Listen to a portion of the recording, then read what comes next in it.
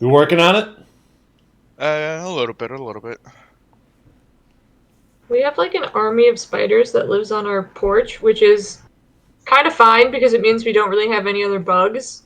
Fuck They've, that. they've permitted one cricket to live with them, and I'm not sure what the arrangement is, but it's very weird to go outside and there's no bugs but one solitary cricket. Nope. Fuck that. I think I know how it works. He strapped on a couple fake legs, Oh, there you right? And just say, "Hey guys, what's up? It's me, your cousin." go. And your That'd mom be doesn't talk about me too much. Maybe the cricket's like their leader, because that is like one chonky cricket. And we don't got a lot of big spiders. We got kind of little spiders, and then one big cricket. I like the spider defense force. I think that's a great idea. I try to do that also. Where you just like, if you see a spider in the house or near the house, you're like, "Hey, good looking out, buddy," Yep. and you just leave them go, and then you don't have mosquitoes and flies and stuff all in your face all the time. Oh yeah. The only kind of downside is occasionally there's a random, quite large dead bug on like our welcome mat. Like one time there was this weird beetle that was like normal beetle legs, but like 3 inches tall for some reason, like stilts. Oh, cool. And that was just outside, dead. I've never seen that before or alive. And then I know cicadas are their own nonsense, but there was also a dead cicada like in the same spot outside our door. They're offerings. Yeah. Speaking of dead cicadas, Dave, did you steal our door dead cicada? No, somebody came out with a vacuum. Ah! I was devastated one morning. I walked out and I was like, my floor cicada, where'd it go? Yeah, it was like a weird. I was like, why is somebody vacuuming on there? It was like, it looks like that place has never been vacuumed ever, but somebody showed up with one and like went to town. About once a month, Tim does it. That's weird. I'd be fine with just collecting dead bugs forever, but I was devastated. He was a big old cicada. I just left him there because I didn't know what to do with him. I think Maddie let him in, so I let him in. I remember doing it too. Because they were like a dozen of them all over the door. I was like, I gotta get in. Sorry, and I opened it, and I think two came in with me. Closed them up, and I said, "You're gonna die. Shouldn't have come in here. It was a bad move." Well, we've done that to a few giant moths, so I feel that. That's what they wanted. You know what? Better them than like, I don't know. We've had quite a few house centipedes. I'm not into that. Get the spiders. I know they're insect killers, but I would much rather have the cellar spiders. I love them. They're beautiful and clear. Do you have cellar spiders? Don't know. They're all over here, huh? We had earwigs for a while, and I was very upset about it because they ate a bunch of our plants outside, and then some were like hiding inside, and I very much did not like that. But our spider friends did come in clutch because simultaneously there were many more spiders and many less earwigs. And I put out stuff in our plants and stuff to like, deter them from, because they were like living in one of our ferns outside, and like was not about that. It was like the one time like our spiders went on vacation. I got called away. Somebody else's spiders house. went on vacation. That's awesome. I mean, I like bugs that don't bite, and cellar spiders don't bite, so they're cool. No. No. Every single spider there is. F that. Yeah, would you rather have a house centipede? I'd rather have nothing at all. Well, yeah, but that's not the question, Jason. Hey, nothing at all. That's the only answer for You don't any like of the bug questions. You're in Texas, don't you have palmetto? Don't have what? Palmetto bugs? I don't know what those are. Oh,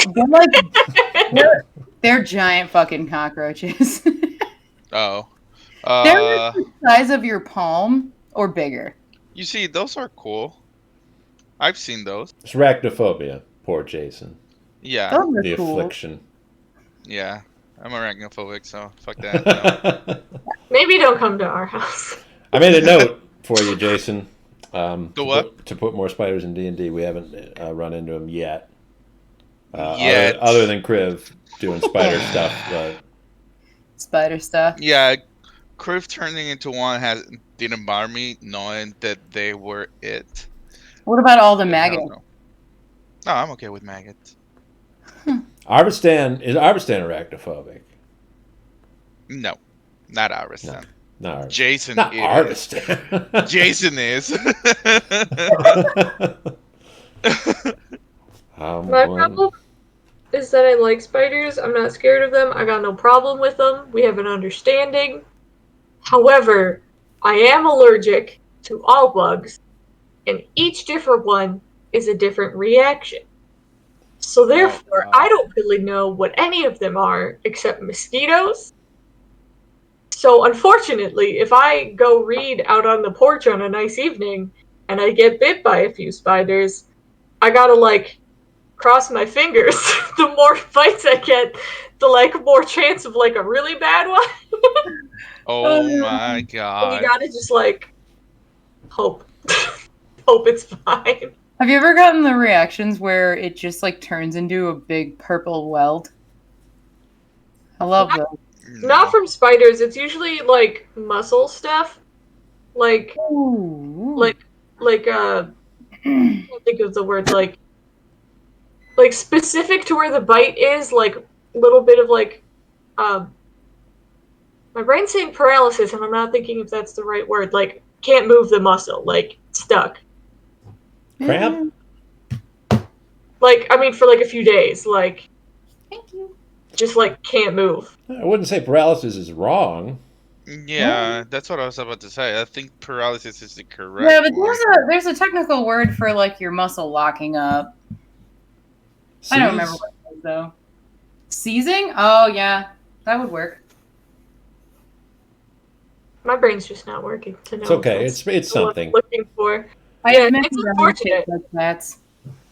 Usually it's weird lumps or rashes, which is unfortunate. Sometimes it's just a very ominous little tiny 2 dots right next to each other somewhere on my body, like a little tiny itty bitty vampire bit me, and it's adorable. And I'm that I don't even think that's how spiders actually work. So I don't know how you did this. It wasn't spiders. By the way, when Crypt turns into a spider, this is exactly what I picture. Oh, it's not going to do it. Can't see anything other than a black dot. That's pretty much it with the little tiny legs. That's exactly what I picture every time. Okay. It's a little cartoon spider that barely exists. Just a little disc with legs. Oh, mortis is the dead part. Oh, I see. Maddie says it's rigor, muscle rigor. Oh yeah, rigor stiff. Rigor mortis is death, muscle It's death, rigor. yeah. Yeah. Hey, you learn something every day. It's a stiffness. Yeah, stiff. I got cap-shaped macaroni. Cool. Can't go wrong with that. It's fun. Never. We went to an apple orchard and bought weirdly shaped pasta. I enjoy weirdly shaped pasta. Pasta in general. Don't matter.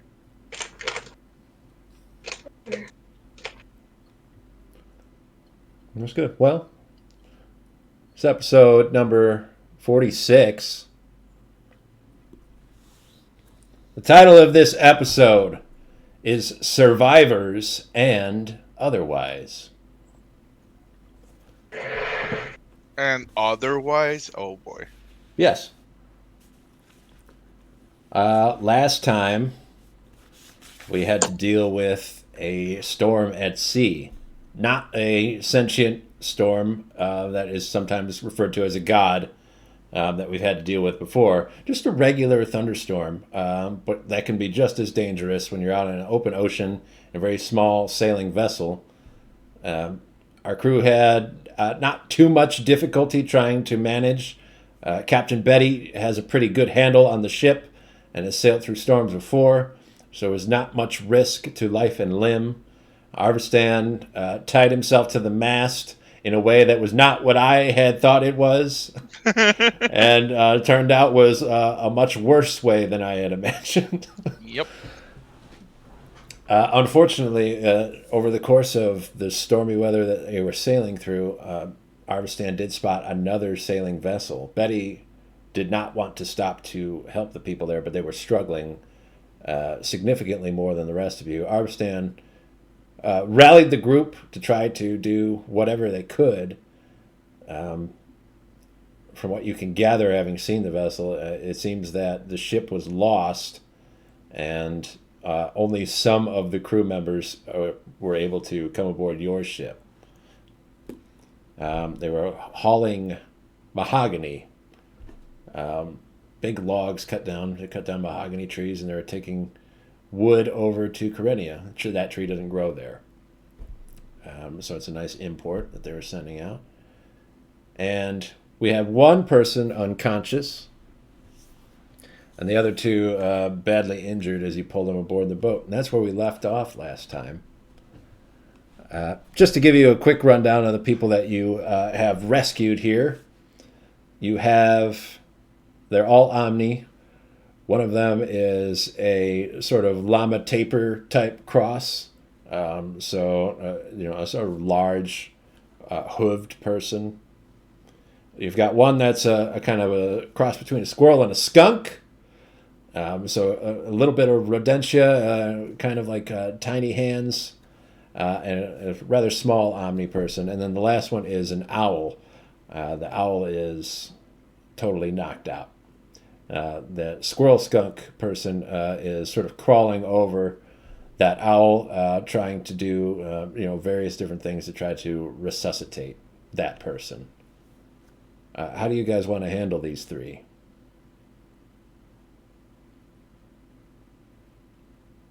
I'm assuming that the storm outside has not subsided in any way, correct? It's still going, but Betty is sailing through pretty well. You still have those big swells that you have to deal with, so you're heading straight into these giant waves, and they're rocking the ship back and forth as you go over each one. I would. Did we untie the rope from the banisters and the mast last time? I don't remember. You used rope, but Kriv was insisting that they had a large quantity of rope that we were using to cast into the water just to see if we could wrangle anyone. So the implication is that Arvistan tied himself to the mast, but we're not super clear that anyone else has done the same thing. But you do have all of that rope handy since you were using it to pull these people up onto the ship. I was dragging people downstairs too, if that helps. If they are downstairs, I'm going to toss them down the rope. Tie yourself to something if you can.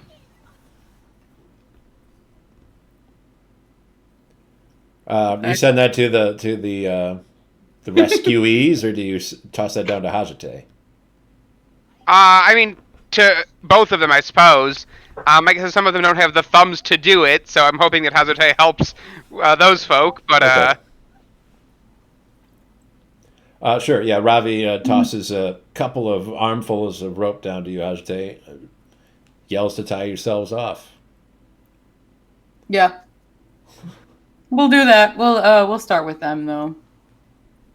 I guess that wouldn't matter because we didn't really waste spells other than your guys's. Thanks. Yeah, Well, I'm gonna. other than, like, water is what I really mean. Yeah, like I don't have a forceful anymore, but still. Yeah. Yeah. If I have time and people aren't colliding with things and killing themselves, I would like to at least mildly revive the person with like a level 1 healing touch.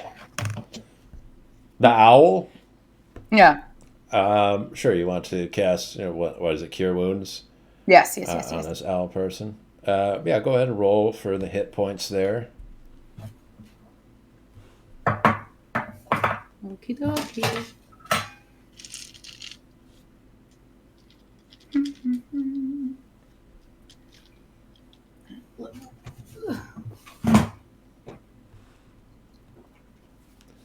What about Kriv and Arvistan? Do you have any separate goals at this time? What the dice are. Are you getting yourself back to the mast? Yeah, I'm still in the mast. I'm holding on. Why? I mean, we saw these people and we were able to save some. What if there's any more out there that needs help? Guess you let us know. I don't know how many more we can fit. This isn't exactly a huge vessel, but True. you're good at yelling, right? If you see something. Yes. Okay, I'm gonna go below deck and see if I can help out. I will try to pop up every now and then to make sure you're still here on the boat. Alrighty then. All right. How many hit points was it? 8. Okay, 8 hit points. You cast a spell to help revive the owl person. She doesn't wake up from the spell. She hasn't lost hit points in the combat sense, in the D&D mechanical sense. She's unconscious from something else. Oh, well. That's all I got for now, so they're just gonna get tied down. Unless Chris has any other ideas. Tie them up. I'm okay with that. Tying down the owl is easy. She's unconscious. The llama taper fellow is sort of in shock. He doesn't really offer you any resistance either. The squirrel skunk little guy is pretty adamant about helping the owl and is kind of resistant to being tied off. Can we kind of look over the owl to see if there's, like, I guess, obvious injury or reason why healing wouldn't work? The obvious thing would be too much water intake. The squirrel skunk, it doesn't have enough strength to do an adequate amount of CPR to try to get some water expelled. And this person has been inhaling so much seawater that they're at the point where it could be causing internal damage, affecting their brain even.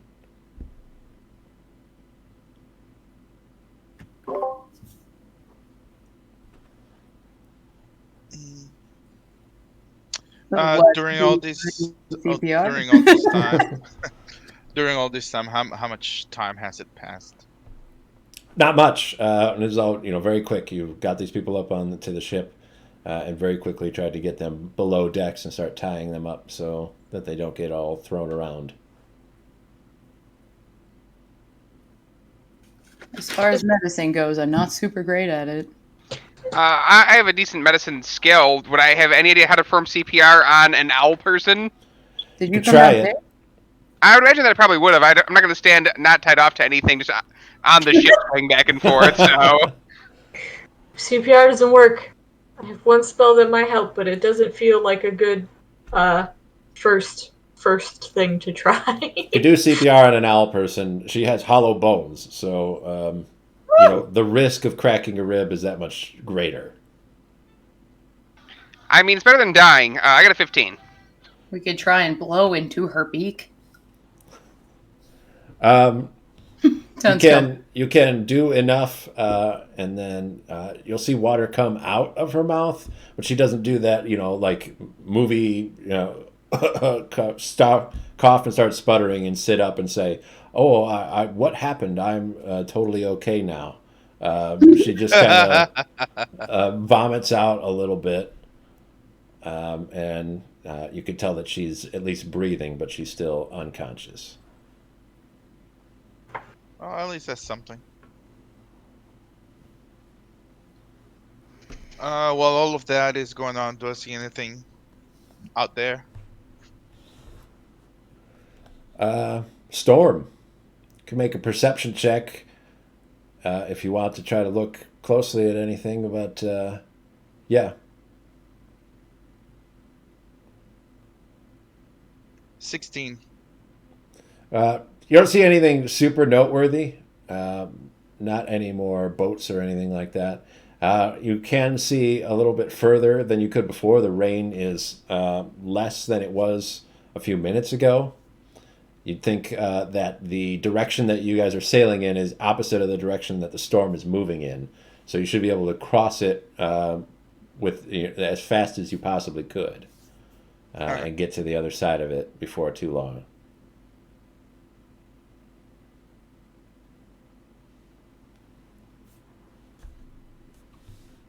Okay. Well, looking at all of this and everything like that I can see the clearing, I start moving down deck. All right, you've got to untie yourself from the mast, of course. Yep. To try to get in that direction. But yeah, you can head below deck. All right. As soon as I get down there, the first thing I say is, "All tired. Did anybody check if these people had any of the bugs on them? Any of those weird thingies that Kriv and Shell and Luna had? Make sure before They we weren't get too on. attached to them." They weren't on, but you can go ahead and look. I'm gonna try to do cure wounds on the owl if that might help. Sure, with the go ahead. water. I do not have the spell to figure out and know if they have it or not. So, if they can, please, if you can. Oh my goodness. I did cast Cure Wounds once, as a heads up. Yeah, but that was when there was still water in the lungs and stuff.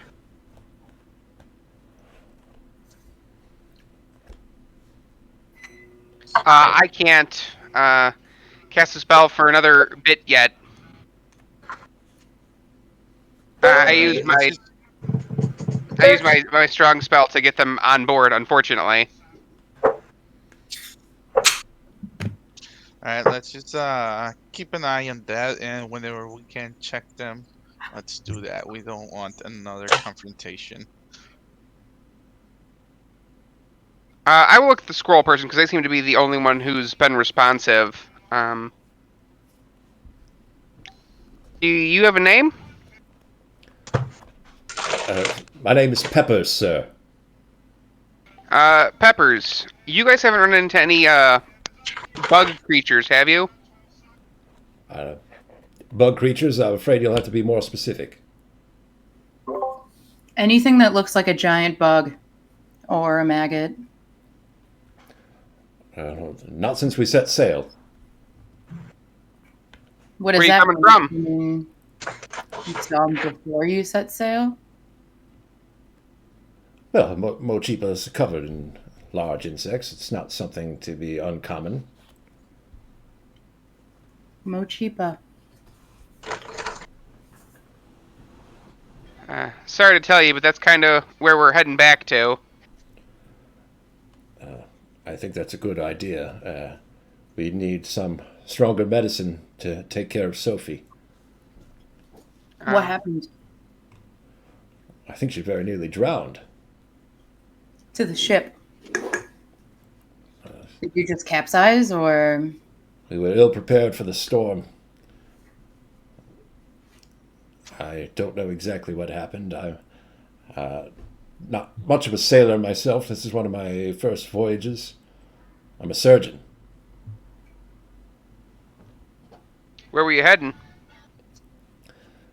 It was a trade vessel. We were heading for Karenia. It doesn't seem we got very far, though.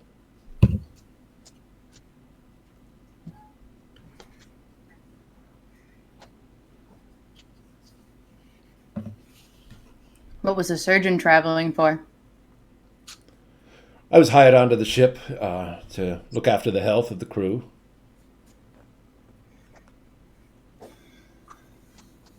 We don't have any medicine with us. What else can we do for her? We just need to make all speed back to Mochipa. We should be able to procure the necessary treatments there. Do you think a spell of restoration would help, or is this bigger than that? I don't know much about magic, so I can't say whether or not it would be effective. I think it's more important to trust ourselves in technology and matters such as this. I'm very practiced. I've seen something similar before. Every time I visited the coast, there's more than likely someone who has taken on a bit too much water, but usually they can be treated very quickly. I hope we can get there as soon as possible. Well, we've been traveling for a while, and frankly, I don't know exactly how far away we are. I had supplies aboard the ship. Has we've been able to salvage any of it? No, it's pretty much lost to the ocean, I'm afraid. How many people were you able to save? You, Her, him. that guy. All you see in here, that's all we got. And do you know what happened to the others? Out at sea in a storm with no ship.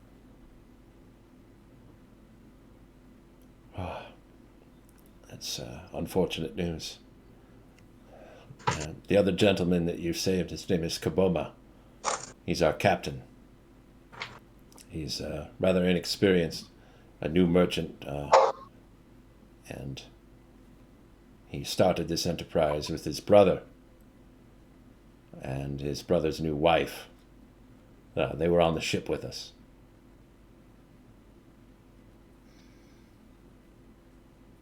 I see. I will turn towards the llama captain. Llama captain. I'm sorry for your loss. He's in shock right now, so he's not very responsive. We didn't have a whole lot of options. A sinking ship will also sink your ship. I can't believe my manners. I forgot to thank you. You saved our lives.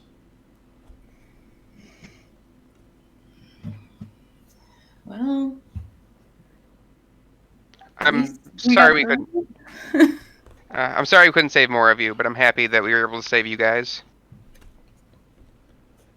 We just have to count our blessings. It'll be a difficult road ahead, I'm sure, but anyone that is alive has a chance to heal.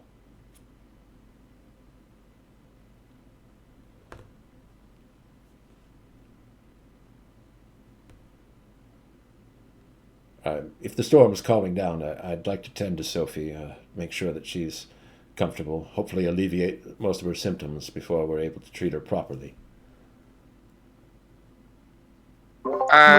Sideways anymore, right? Going up and down, but not at angles that are sending you flying all around inside anymore. You gotta be steady on your feet, but it's possible to do it of your own volition at this point. And these guys have 4 legs, so it's even easier for them. It's true. He seems like he'd be very good at it. If you need, and I'll point to my hammock. You can place her on that if it helps. I don't know if it will, but Could you give me a hand? I'm not particularly strong. Of course. And you can lift. He's a very little fella. He's maybe like 2 feet tall. Whoop. So he lifts up over his head to carry Sophie while you're just kind of holding her waist tight and get her up over to the hammock. And then he climbs up the post. He does like a circle around it as he goes up and then hops up on top of her, and he's sort of clambering over her as he's treating her. Was there not really like a change at all with healing after the water was out? Should just, cure wounds would recover hit points, which are kind of like this abstract notion of health. Yeah. It's not necessarily the same as exactly what their health is. So she's just kind of in a coma. That's cool.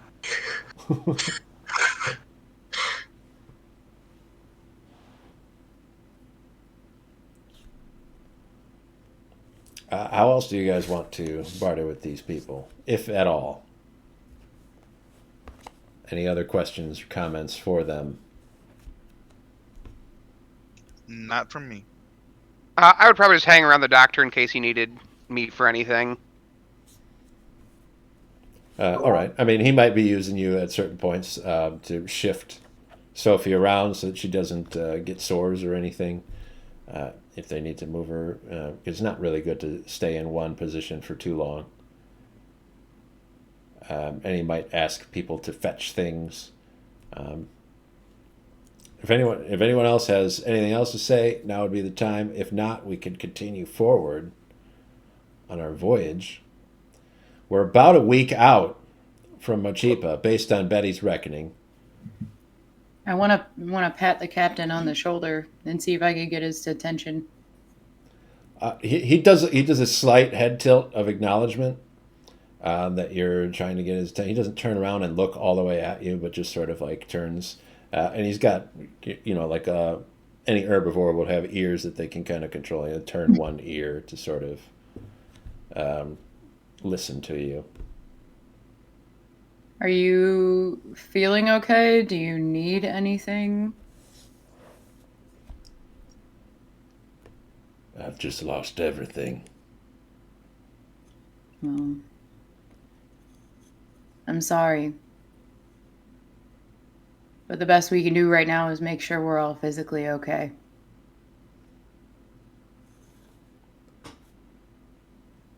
Yeah.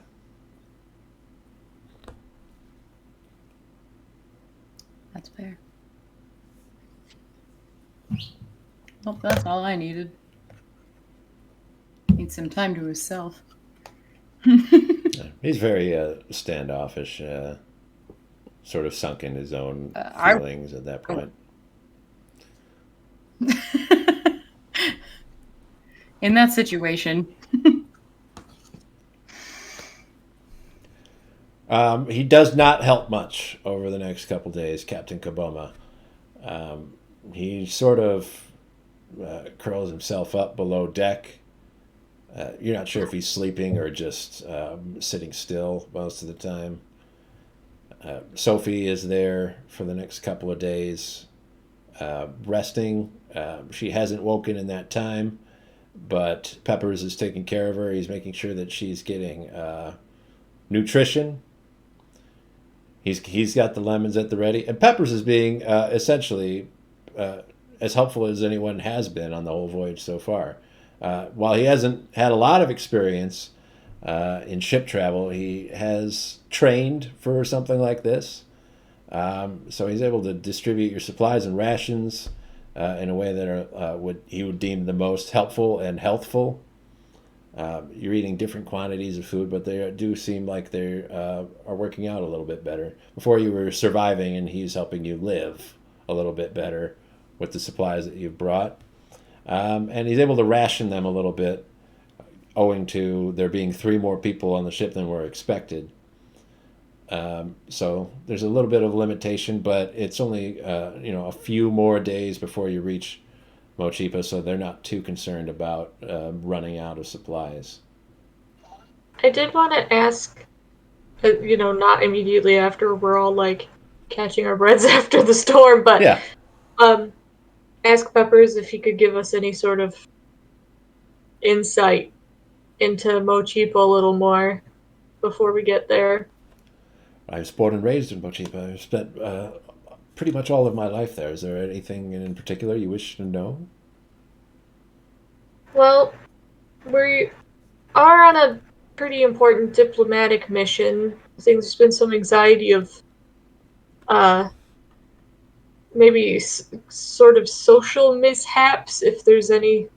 We haven't met too many people from Mochipo. We're not sure how similar maybe traditions and stuff are from what we're used to, and it's pretty important we don't accidentally offend people. And then on the flip turn of that, we also need to like get to the people and not die in the ritual. And we're not really sure what's in there except bugs and big things. Well, generally you want to travel in groups larger than this, especially if you're traveling between settlements.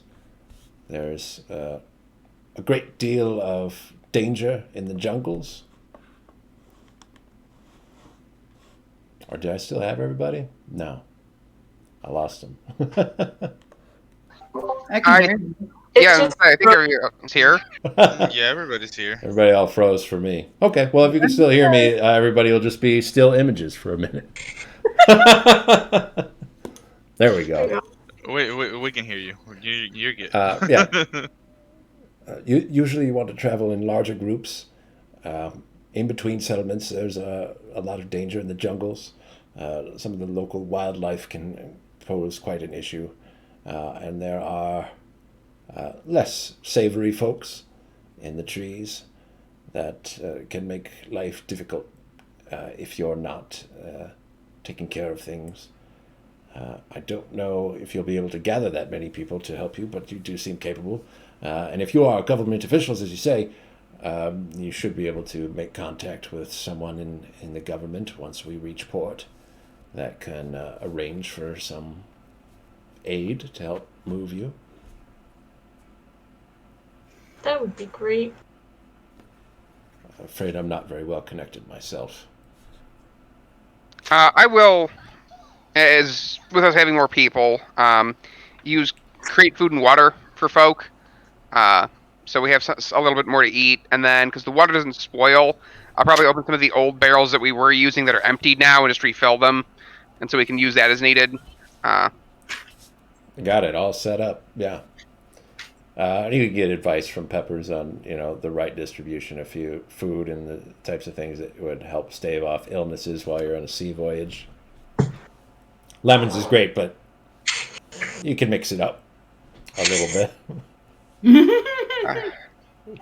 I would appreciate that. I have been eating a lot of lemons. You have any other questions for Peppers?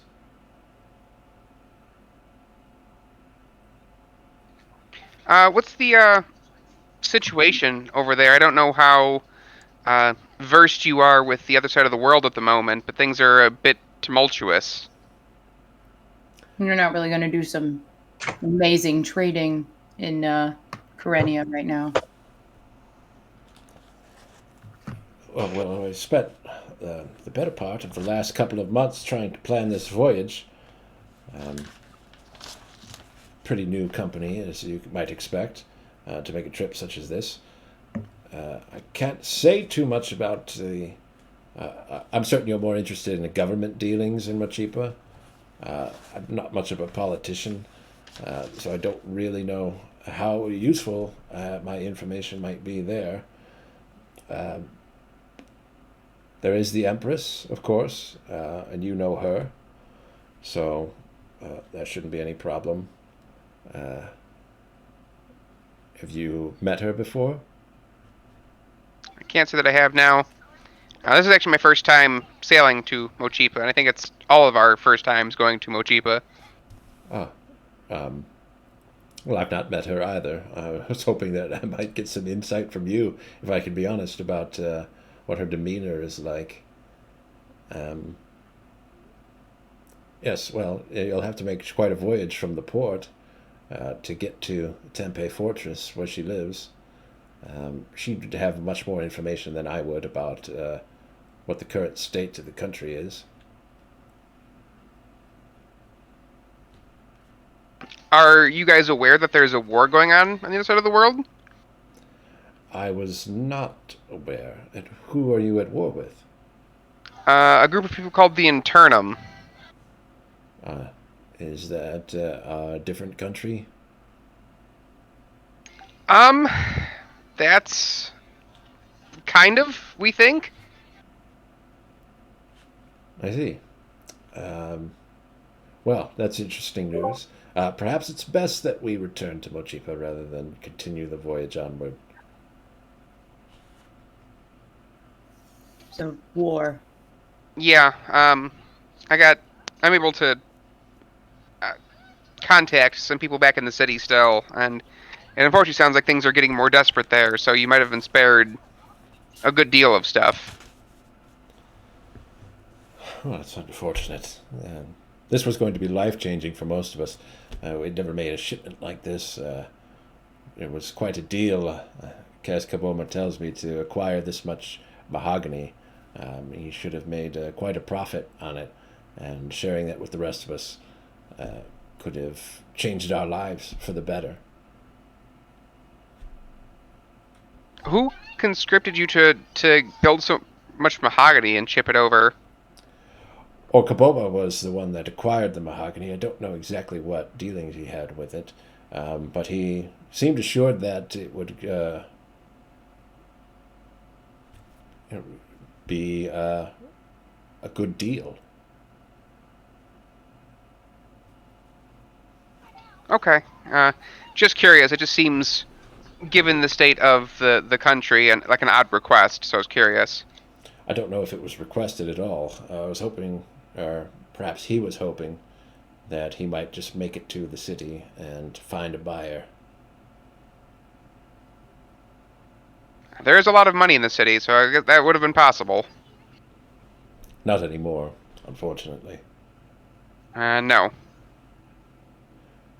Well, it's back to square one again. Maybe I should go back to school. Try something different. I guess it depends. Do you like what you do? I do, it just doesn't pay the bills well enough. Being a surgeon doesn't pay the bills enough. Not really, no. There isn't enough injury over there. Well, more and more people rely on magic as a source of treatment. It seems effective. I just don't know if I trust it, especially in the long term. You never know what sort of effects that might have on a person with continued exposure.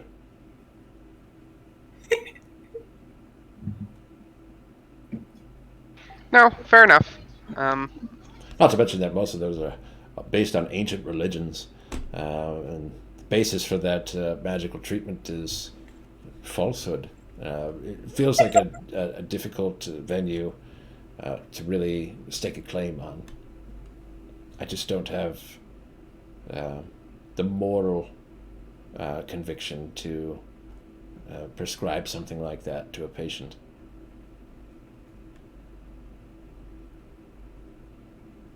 So you would take a potential short-term loss over potential loss?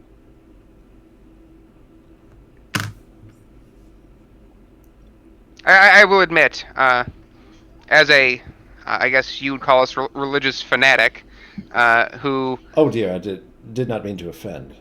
Oh no, it's fine. We make fun of him all the time. It's true. I have been tasked with proving that God is real. Otherwise, I owe like 200,000 gold, so it's okay.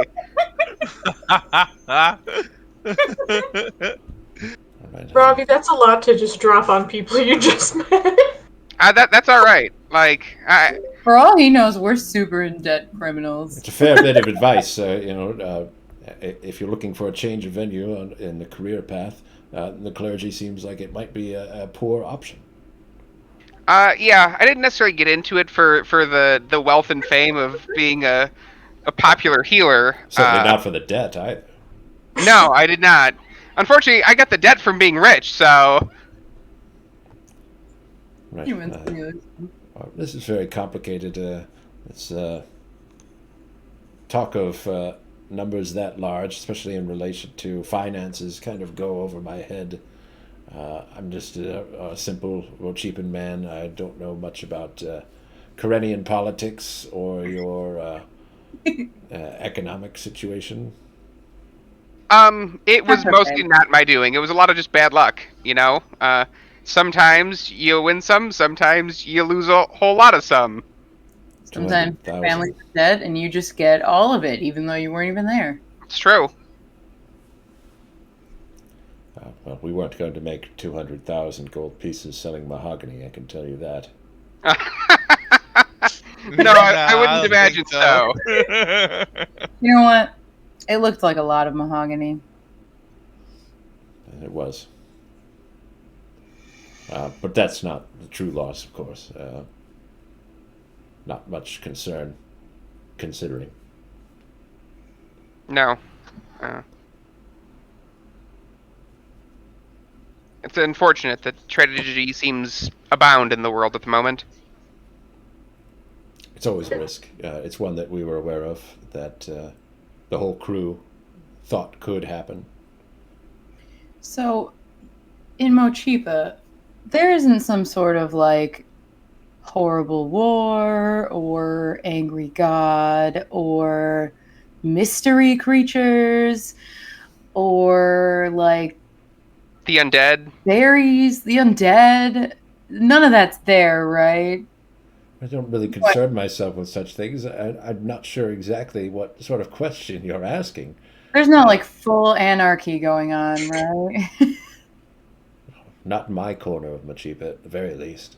Man, wouldn't that be nice? Oh, that sounds like real. heaven. Is there anything we could do now to, I guess, in memory of everyone that was on your ship that isn't here with us now? Or is that something best saved for when we land? Um, uh, really, the crew is pretty new to me. Most of the people I have not known for very long. I was just hired on. If you really want to know whether something is appropriate in paying respects, you probably have to talk to the captain. Okay. He doesn't seem like the type to want to party. What makes you think we're talking about a party, Hajite? It's a metaphor. He doesn't want to talk to us. He doesn't seem like a fun person. It's not a fun topic. It's not, but as far as I'm concerned, he probably hasn't even been taking care of himself.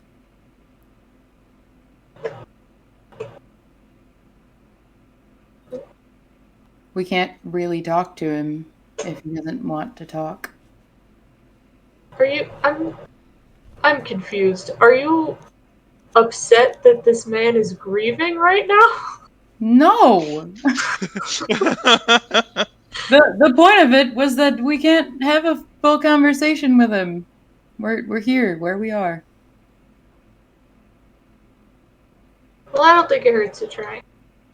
I'm gonna go talk to him. I'm gonna assume he's not chilling out in the circle with the rest of us wherever we are. No. He's below the deck. He's curled up in a corner. I wanna go just kind of sit, not right next to him, leave him his space. Okay. And then just kind of calmly, very thinking ahead because this is not, I'm not used to other people being around us this long. Just Sure. sitting and then just go, I'm not sure I had the chance to introduce myself. My name's Kriv. I understand if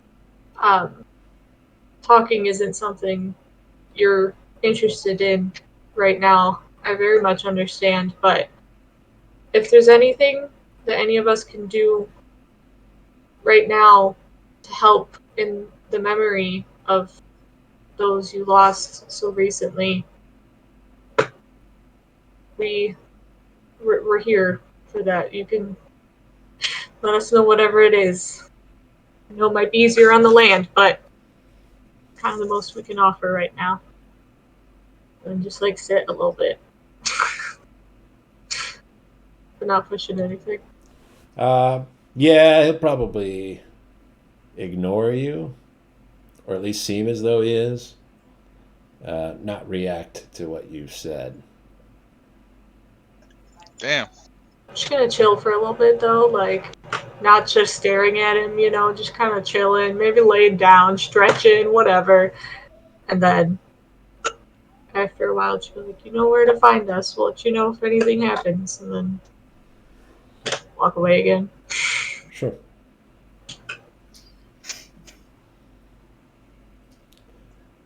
Okay, yeah. So, talk to Peppers a little bit about Mochipa. Try to make some inroads with Kaboma and not really get there. Sophie stays unconscious for the next few days. And then I'm going to have Arvistan make a perception check. What is it, Ian? During that time, I'd actually like to send a message to Father Gregor real quick. Sure. Hey, Father, if you get the chance, because you search the Hall of Records for my death certificate. If I can't find a realistically provable way God exists, I need a backup plan. I think you got to provable.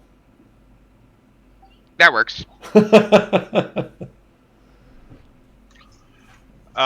18. Okay, so first we got to do Father Gregor's response. He'll say, anything for you, Ravi.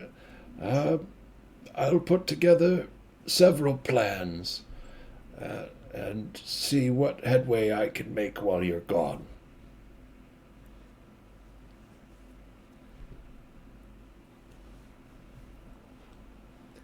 "18, Arvistan. You see land. Not a huge continent that you're expecting, that you're sailing towards.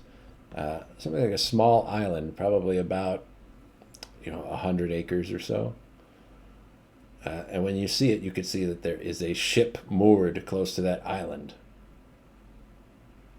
There's a ship to what? Moored there. Like anchored, just Yeah. there? Like almost beached, but not quite. It's just set up just off the coast. All right, I go down and let everybody know. Hey guys, I see land. I think we might be where we should be. Not sure. Come up and see. There's a ship over there as well. And go back outside. I'll head up deck. Mhm. All right. Your vessel starts slowing down, and you'll see the sails go down, and Betty will step out of the captain's cabin and say, this is weird. What's weird? I know that island. There's nothing there. There's no reason to stop. So, do you think that they're just having problems with the ship? I don't know. What do you guys want to do? Does the ship look wrecked? Not close enough to tell yet. Is it like a big ship or like a... It's bigger Smaller. than your ship. Oh, A sailing vessel. It's meant to cross the ocean. I think we should investigate myself. Hey, I Peppers. think Was your ship that big? I can have a bird friend fly over. Maybe we can see something's up. I don't know how far away we are currently, but Do you want me to stop or should we sail on? I personally, if it's weird Stop for the you that boat. you've known this ocean and everything like that, I personally think we should keep on because it might be a trap or something. I think we should stop the boat. I think we should stop the boat. And Kaboma will come out from below decks, and he'll say, "Stop." Or stop what? If somebody Kaboma. needs help, we should help them. That's Do you not know your these ship, people? right? Like you telling us to stop? That sounds fishy to me. He'll go back below deck after he's spoken his piece. Wants you to stop the ship. If somebody needs help, you should help them.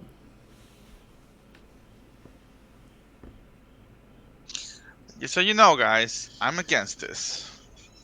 You're If the against captain, everything. if the captain says that this is weird, and she knows this ocean, that's because something's wrong.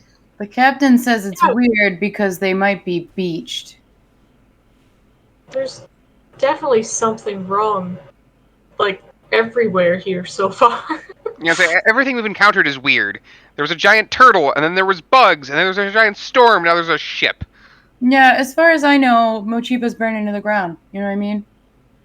I'm just gonna sit down cross-legged, just plop down and summon, I guess, a hawk. That's the least weird bird to be over water, right? It's kind of weird. Go. Yeah, You yeah. can go. I don't got great options for birds. Summon in an the ocean. albatross. You summon Yeah, an let me just do that. Let me just call up Wizards of the Coast real quick and see if I can. Kriv has to have seen a gull. It's not something I've seen. The familiar is a list of specific animals. Oh, that's true. Gulls aren't very magic. That's I true. mean, we can take our time and I can summon a crab and we can sit here and wait for him to get there. Oh God. Well, as fun as no. that sounds.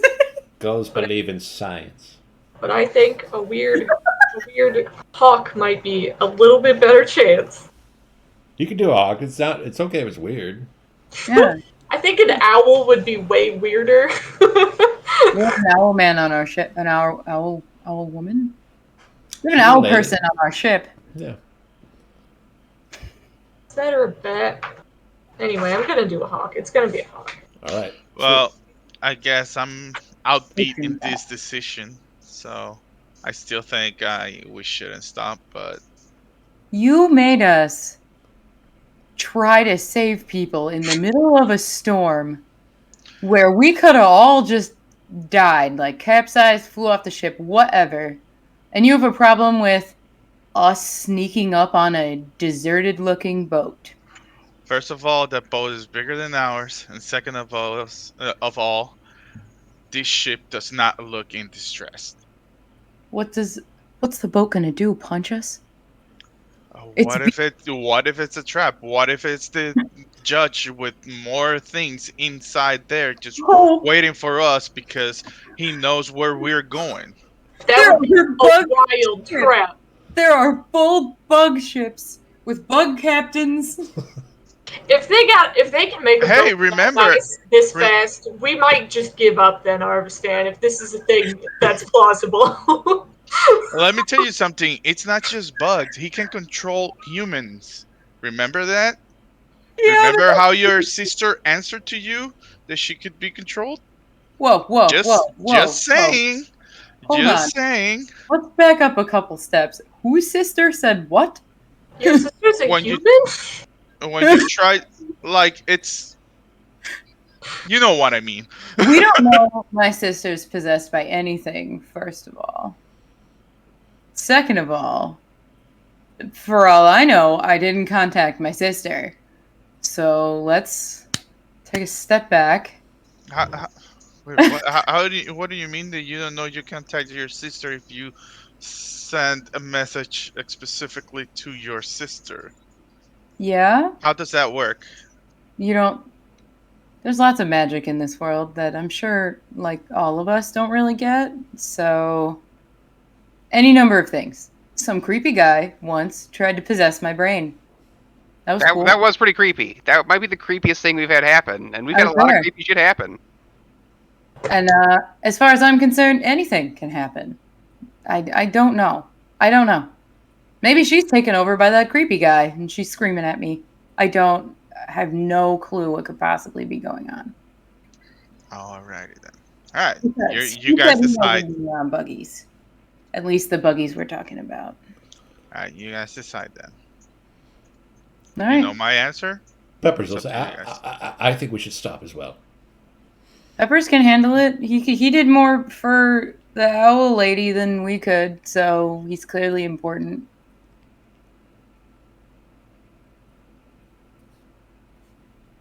All right, then somebody talk to Betty then. I'm zoned out. I'm a bird right now in my head. She was already stopping. Yeah. So she's just listening to the vote anyway. So as long as you seem to have come to the consensus of one person doesn't want to stop, and Betty isn't giving her input. She's not saying exactly how she feels about it. There's one vote that matters, and it's the woman who knows how to stop the ship. Yeah. If she wants to stop you, she'll stop. Betty, you think we should stop? Oh my god. She doesn't. She's back in the captain's cabin, stopping the ship. Kriv is summoning a hawk familiar. I wasn't waiting for his argument to end. I just sat down. I'm gone. Soaring off.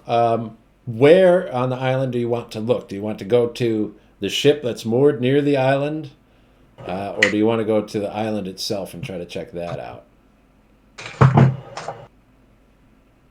I don't know distance to know like how long of an ordeal this would be, but probably kind of circle over the ship a little bit. And if I don't see anything like immediately like, oh no, then like try to sweep over like the nearest part of the island, like even to see if like, you know, there's sand moved, like clearly something came to land from there or Well, Betty's going to keep her ship at least 300 feet away from the island, a football field away from the island. So you'll be sailing from there to fly over and look around. Make a perception check, a hawkception. yes. Since theirs might be better than Kriv. Kriv's pretty good, though. Perception. Well, wisdom. Actually, it's about the same. I don't know why I said about. It's the same modifier. Oh, wait, no. It's actually, yeah. I forgot there's like special words on there for some reason. Yeah. 19. 19. Okay. What you will see, Kriv, through your hawk's eyes, is that there are some people on the ship, and there are also a lot of people on the coast. They've set up sort of weird, rudimentary shelters that look very ineffectual. They've got like a palm tree laid over on its side with a bunch of palm fronds laid on top of it. You're not sure exactly what that's supposed to be or how it's meant to work. You'll see holes dug in the sand on the beach, like just like a pit. You don't even know what that's for, really. And you'll see some of them with big hammers are just hammering the sides of palms for no reason whatsoever.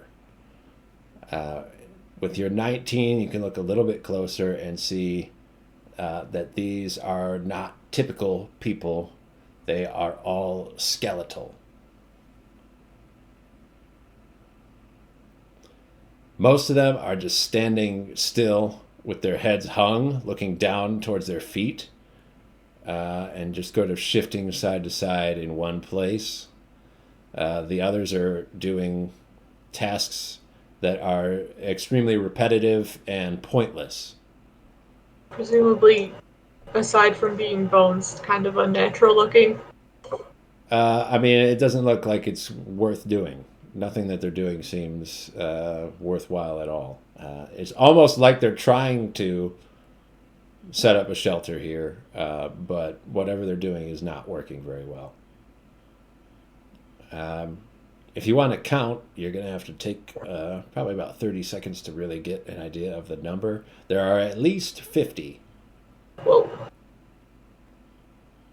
And that's in, like, you said there were some on the ship still too? Yeah, 50 altogether between the ship and on the coast. And it doesn't tell you can't see through. Most of the island's covered in these palm trees. You can't see through the leaves of the palm trees. And you can't see if there are any below deck on the ship. Are there any, like, obviously, like, with weapons? I mean, I know hammers can be weapons, but, like... They're all armed. Oh, cool.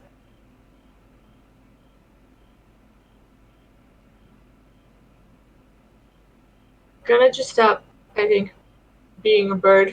Or can... I think technically I can keep it up and just not look through it. Yeah, you don't have to look through the hawk's eyes if you don't want to. I might try that for a second and kind of... You You could know. leave it hovering over there if you want. Just kind of maintain a circling pattern. Yeah, I want to do that and pop back to, like, Cribs so I can tell people. Sure. I don't know what's going on.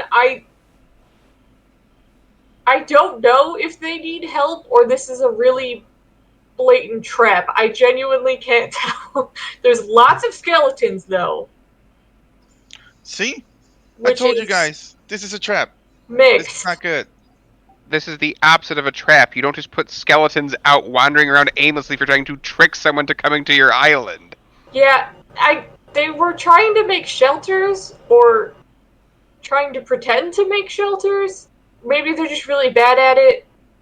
I'm not really sure. There was a lot of them, though, on the ship and on the island. Did they have weapons? Yes, like all of them. They didn't seem to have necessarily a high cognition, but maybe there's some sort of leader somewhere I didn't see. I'm not sure. It looked like it could go sideways pretty quick if we got there, but I don't know.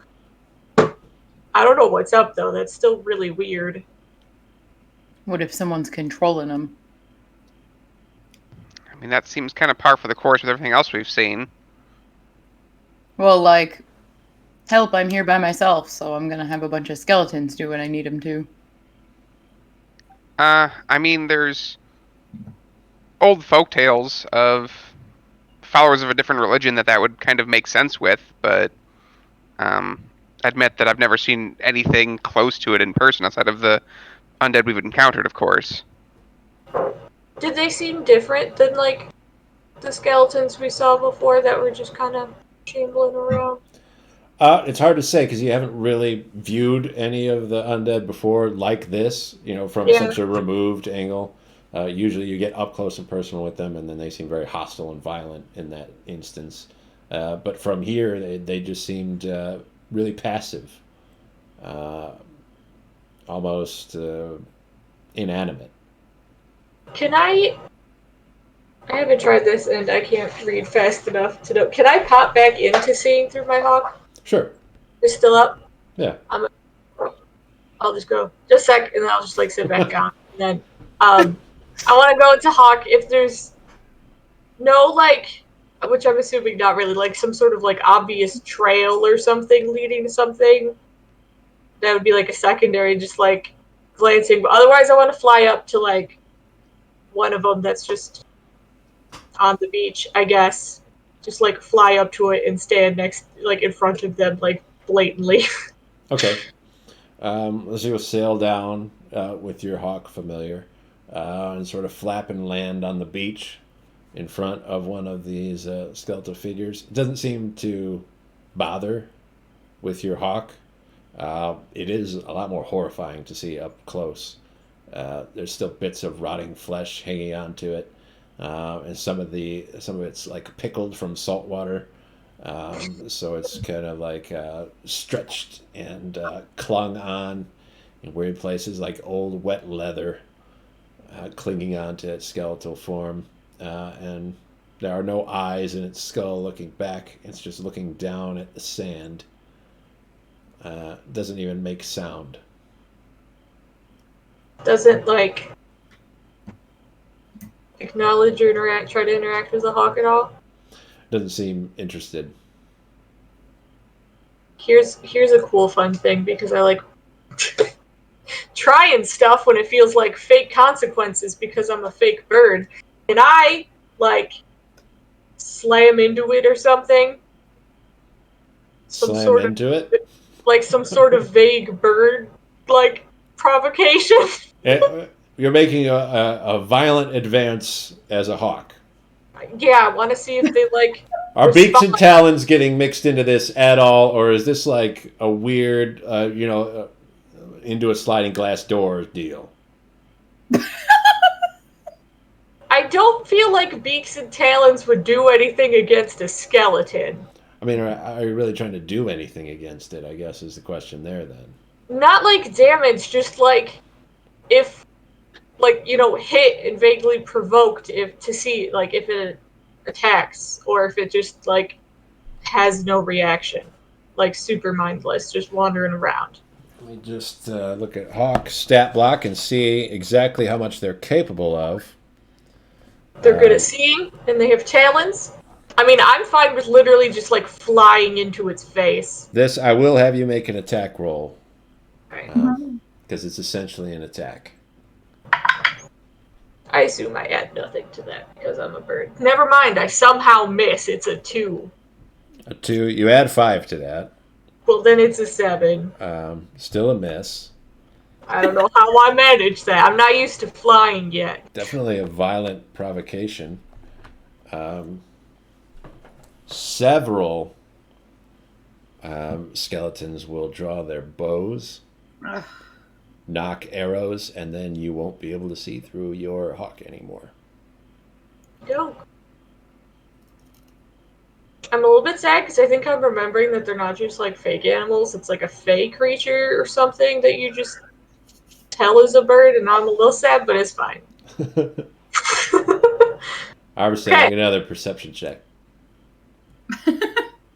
Yeah, Arvestan.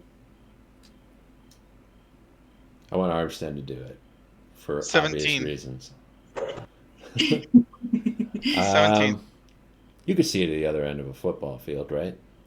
I would. Yep. Without too much trouble. Yeah. Yep. So you could see the coast from where you are. You see Kriv's hawk land on the sand and then attack one of the skeletons. The other skeletons draw their bows and fire on it until it disappears. You will also see at that point that all the skeletons sort of slowly start to raise their heads up and look around. Uh-oh. Guys, they just killed Kriv's familiar or bird thingy that they were using, and they starting to probably look over here and getting ready to attack. So we need to smite them. There is a lot of them, Robbie. I know how you love killing undeads, but there's a lot of them. I don't think we will get overwhelmed. Killing undeads. I love killing undead as much as you. They're my favorite enemies, but this is a little bit too much. You don't want to jump right in? Unless you have a massive power that can destroy all of them in one shot, and not one by one, just AoE the hell out of them. My best bet is to keep it range if we're trying to figure out what's happening here. Hey, Kriv, did they attack you before you sent your bird at it? No, At this point, I don't think we knew that happened. Hey now. I'm Criv. Also, Chris said out loud that they were hostile. That was a question that was asked. Viv. So whether or Yeah. not you know that information, it's seeking it right now. Yeah. I just kind of had the bird sit down, like, right in front of it, did not care. Then, yeah, just kind of flew at him. Didn't do anything real big, but that seemed to be enough. And, like, not just that guy, like, a bunch of them. I think. It was, like, a second.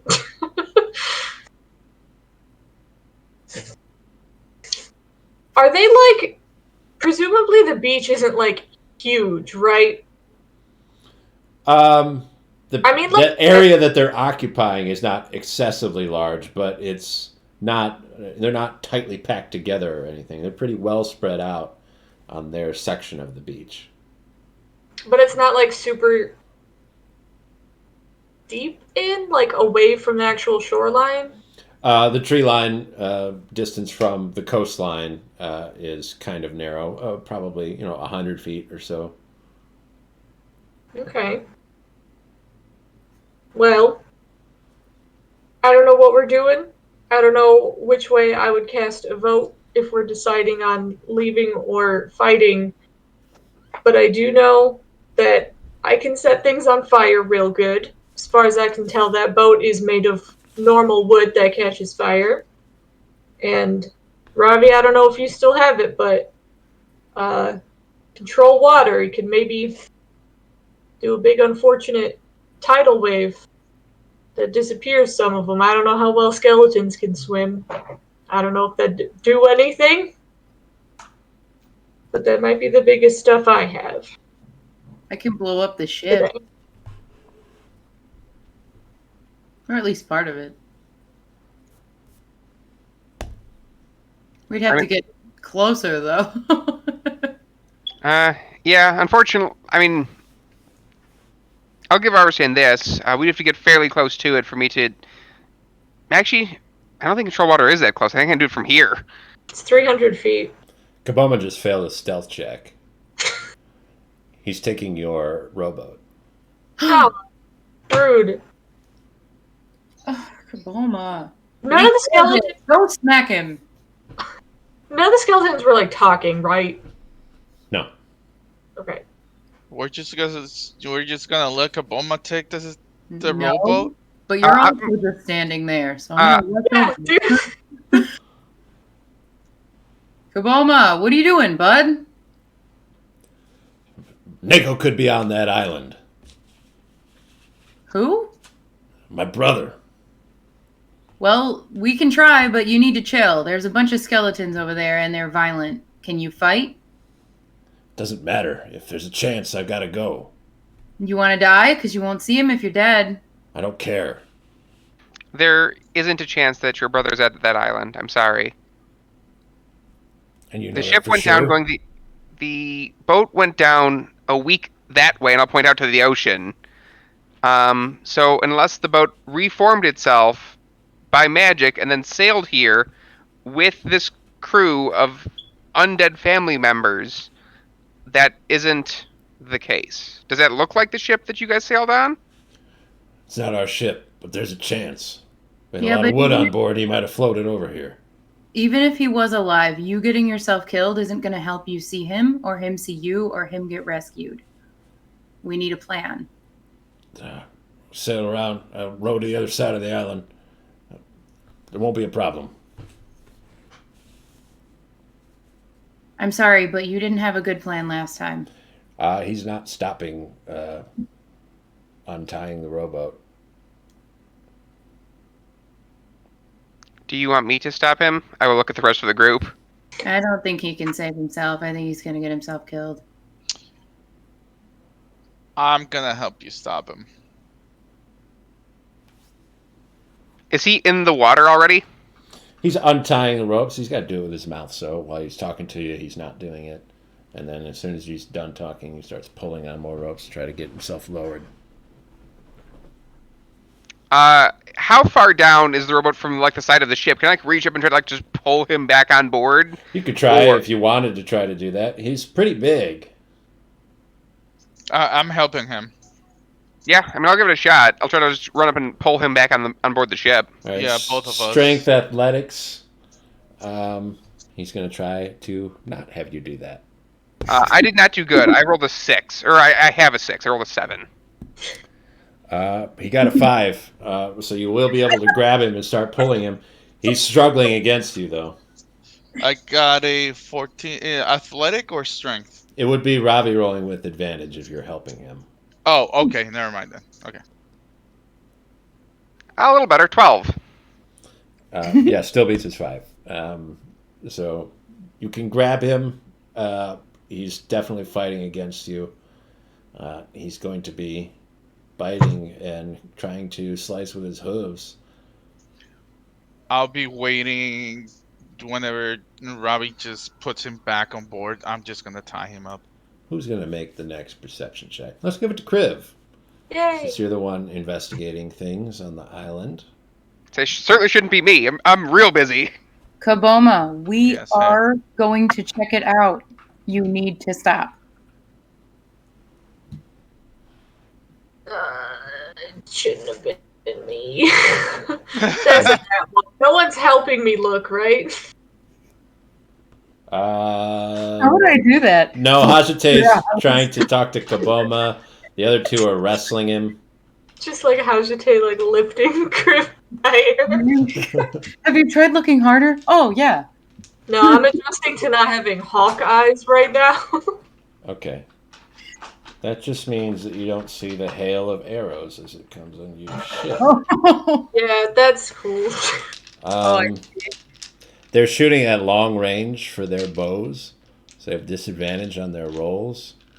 I'm going to do this in a weird way where I'm going to roll basically half of my d20s right now, and everyone that rolls a crit, I'm going to say is a regular hit on one of you.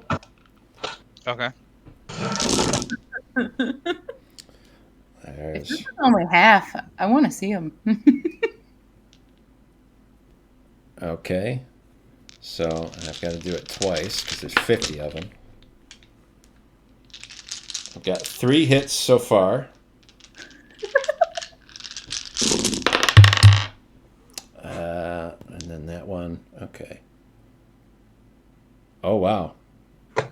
Yeah, they didn't get any on the second roll. So we've got 3 hits. And let's see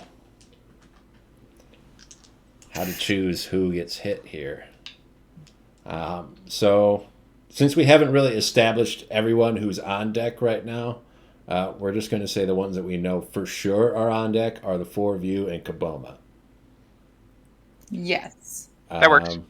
Between those 5, I'm going to roll 3d10s and decide at random who gets hit. Okay. One of them is going to hit Hajite. 2 of them are going to hit Ravi. Oh. So Hajite, you're going to get hit with one of these arrows. It's a whole storm of arrows that comes flying over at your ship. You are going to take 7 points of piercing damage. Ravi, you're going to get hit with 2 of them, despite having the highest armor class. And you're going to take 14 points of damage. That's what I get for hanging over the ship, pulling up this goddamn llama man. Llama man. I imagine Crib just like sneezed at the wrong second and missed like right then. That's how I'm imagining this one. So this is a unorthodox combat encounter, but I am going to have you all roll initiative just to make sure, because they're going to continue to fire these arrows at you. Ah, nat 20. 2 crits in a row. Rad. Gotta balance it. 8. For me. Ooh, Kaboma crit. That's a That's total. not good. That means he was way before me. That's a total of 21 for me. That is 5 for me. Can you hand me the tray? I know it's still over there. I got a 4. Okay. Skeletons rolled really low, so we're doing okay there. Same. And then we've got this. And I'll go ahead and roll for Shell, even though she's not on deck right now. Just in case she decides to do something. As usual. Yeah. Oh, and she has advantage on initiative. Okay. So, Kriv, you're the first to act after that hail of arrows comes in. Ravi and Iverstan are struggling to pull Kaboma back up onto the ship. They have him. Both of them have him gripped, but he is fighting against them. The rowboat is partially unhooked. So if he gets free, he might be able to descend with it and start rowing himself over there. Otherwise, you can look now after having sneezed and see all the skeletons are just knocking arrows and just letting them fly towards your ship.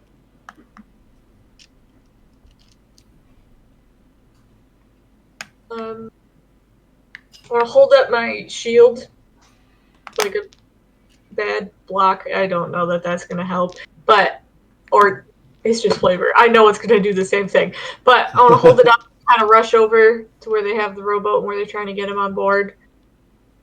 Sure.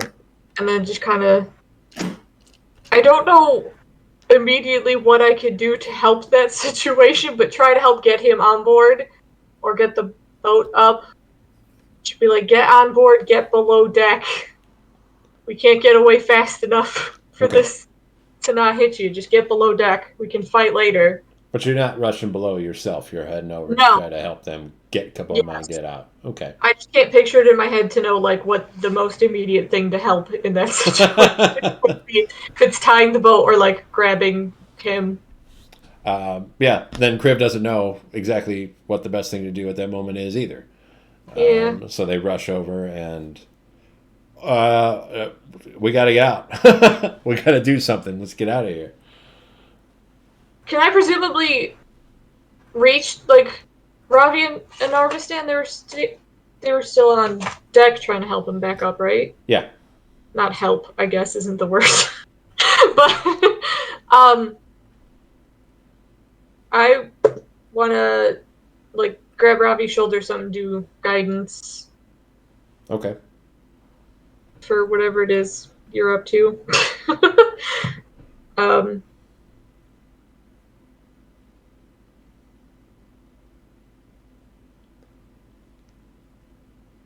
I don't. Wait, that's the thing. Can I try to hold an action?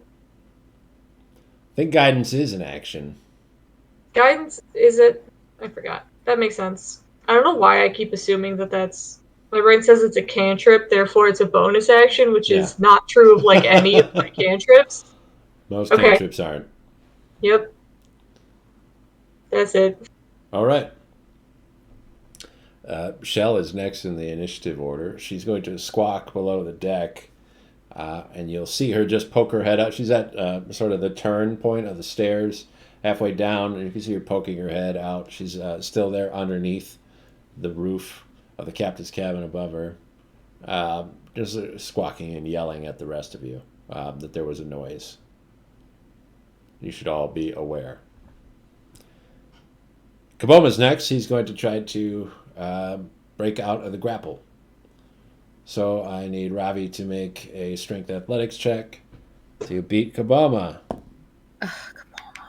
Guidance. Oh yeah, I'll use my guidance. That's just 1d4, right? Yeah. Yes. 13. All right, you keep hold of him. He's not able to break himself free, but he's still fiddling with you. Between you and Arvistan, you could lift him up off his feet if you wanted, and shift yourselves around if necessary. Luckily, you're together in the initiative order. Ravi goes first, and then Arvistan right after. So, Ravi, your turn is next. What would you like to do? I'm going to yell at the cabin. Hopefully, it's like a movement action or something. Drop one of my actions. Bad Betty, get us out of here now! And then I'm gonna try to pull Kaboma on the ship with Arvistan. Okay. And then Arvistan, you're helping Ravi, or are you doing anything in addition to that? No, I'm helping Ravi and at the same time saying, I told you guys it was a bad idea. And just keep on helping Ravi. All right. What would you like Luna to do, who is below deck at this point? Anything special? Luna will be with Shell, like poking their head, just looking around. Okay. Then it'll be Hashite next.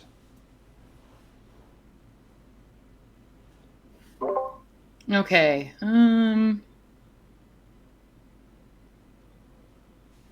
How far are we at the moment? We didn't like change directions, right? Not yet, anyway. Not really, no. Were we still heading towards them? Heading towards your ship is sort of broadside with the island. So for it to continue on, it'll speed past the island. You're kind of like pulled up next to it. So we are probably more than 60 feet away. 300 feet. Not helpful. Okay. I guess I don't know. I can't throw anything at the skeletons, guys. I guess we will just all assist the man under the boat. Not a whole lot I can do otherwise. Okay. Let's see. Betty will start raising the sails.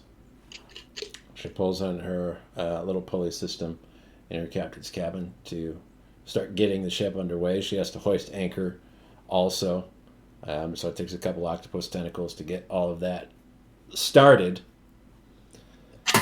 The skeletons go next. Let's see. 50 D20 rolls. And let's see if anybody gets hit. So to start out, oh, okay, well, I suppose that makes sense. And then, oh dear. Well, it's 2 hits on people. One is going to hit Kriv and one's going to hit Hajite. Kriv, that's going to be for 8 points of piercing damage. For Hajite, it's 5.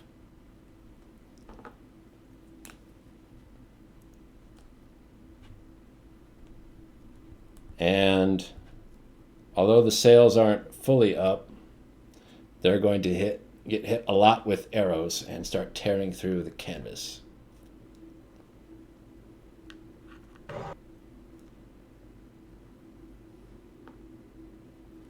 So pretty bad damage to the upper portion of the sail as it's being raised.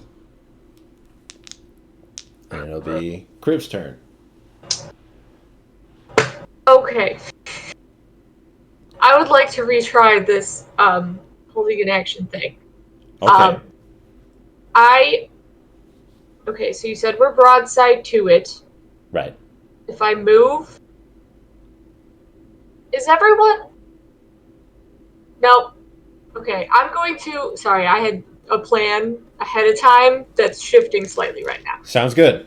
I would like to go to the side of the boat that's between the sails and the island. I don't know which side the rowboat was on, but... Yeah, it would be that side. Okay, I want to stand there. I would like to... This works in my head, but I haven't done the hold in action thing before. I would ideally like to cast Gust of Wind when I see the arrows fly again to Okay. try to like push them away, I guess, not hit us or the sails. I don't know that I can angle it to not really hit the sails, but Okay. mess it up. Here's how we're gonna play that. Because arrows fly very fast, and Yeah. casting the gust of wind at the precise right moment would be pretty difficult. I'm gonna have you make an ability check at that time. So you're holding action, waiting for another rain of arrows. That's gonna be the trigger for when your action goes off. When the arrows are just about to hit those sails, you're going to cast the gust of wind spell. Try to push as many arrows as possible away from the sails. I'll have you make a dexterity check when you do that, just to see, a quick gut reaction to be able to do it at the right time. Okay. But that won't be until the skeleton's turn. All right, and you've got yourself posted in position, ready to do that for now, right? Yeah. I don't. Yeah, I'm gonna prioritize trying to keep them from hitting the sails because I don't think I can keep them from hitting my friends right now. So. Okay. Shell is not really keen on coming out from below deck right now, so she's just going to go back down. Nobody called for her to come out and do anything. It looks like it sucks out there, so she's not going to do it. She's not wrong. Yeah, that's fair. If I could just run away too, I mean. You I mean, you can. Not morally.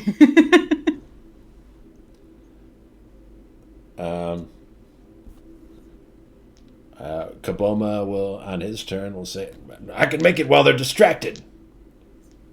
They are what you're going to. You're going to be pinned with all of those arrows. Not if they're firing here. There are so many of them. You think none of them are going to notice a tiny boat start going out? They didn't shoot the hawk. They did shoot the hawk. Well, not when it was flying around. They also weren't shooting a storm of arrows. A lot has changed. We're adventurers. Can you just trust us?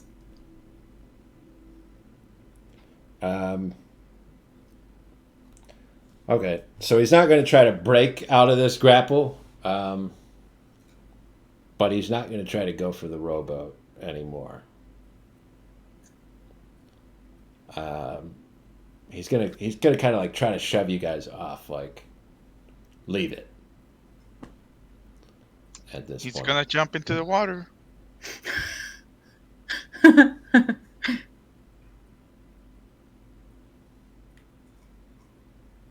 and then it'll be Robbie's turn.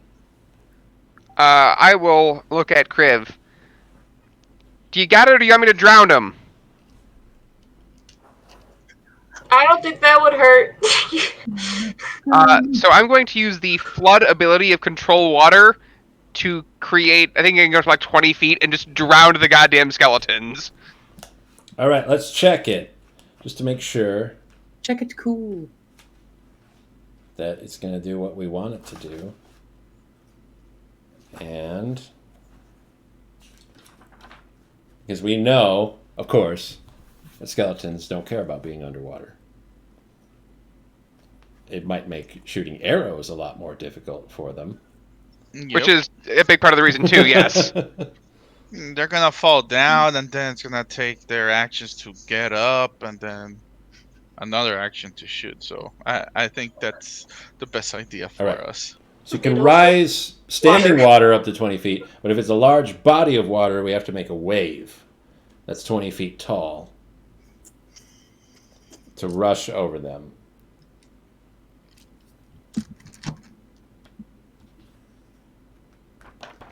All right.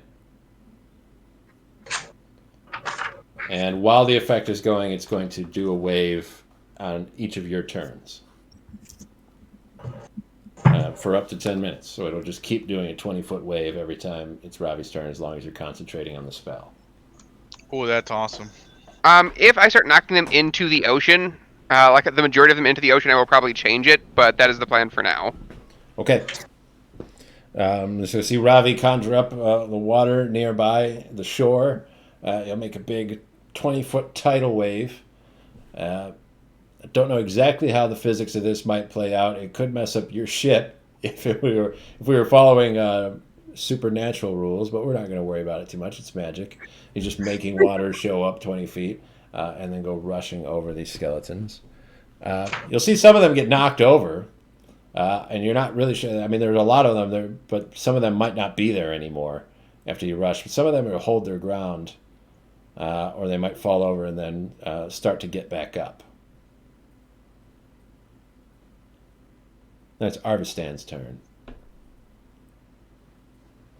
Nah, I'm just sticking around with Robbie, just seeing if we need to hold this guy or just if I see any arrows coming at him while he's doing this spell cast, just try to like protect him from it so his spell doesn't get broken. Okay, so we're going to try to block Ravi. Ravi's casting spell, so he's not holding Kaboma anymore. All right. I'll hold my action for a grapple if I see Kaboma like try to jump in or something like that. Sure. What about Luna?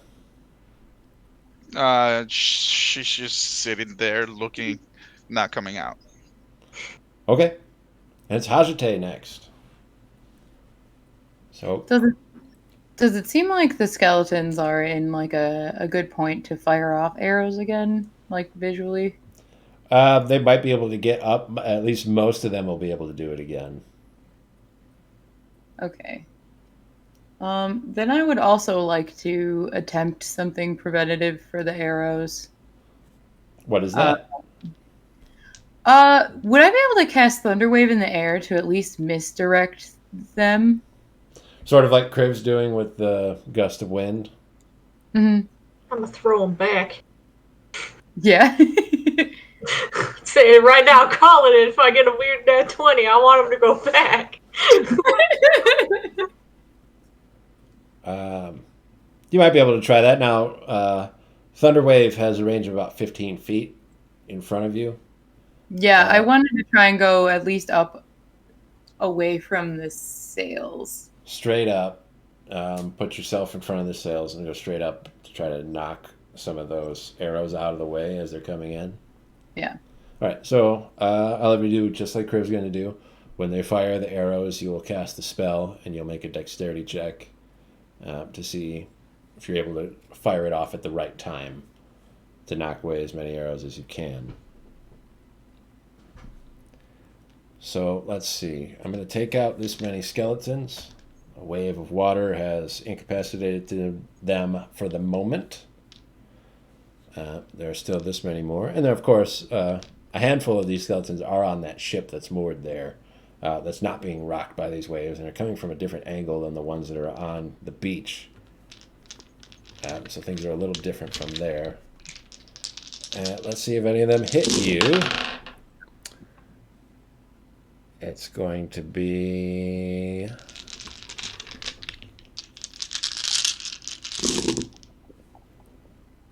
Looks like these die aren't made for crits. None of them hit you. On this flurry, Nice.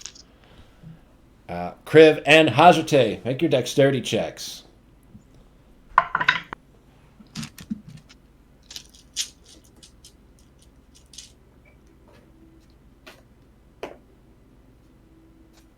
Seven.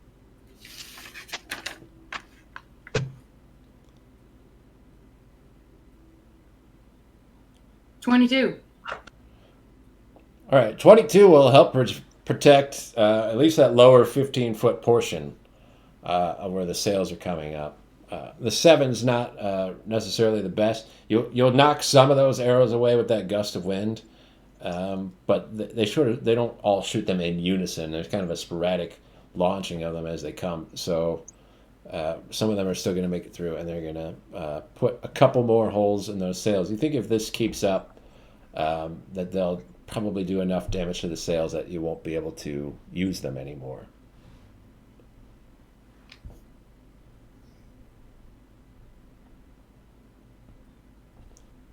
Well, Then it's guys, Crim's turn.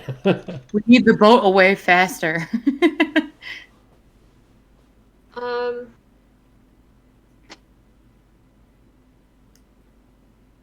Are we not attempting to move? We are, right? Betty's raising the sails, Yeah. which you need to Uh, get moved forward to catch the wind, but doing that is putting them at risk.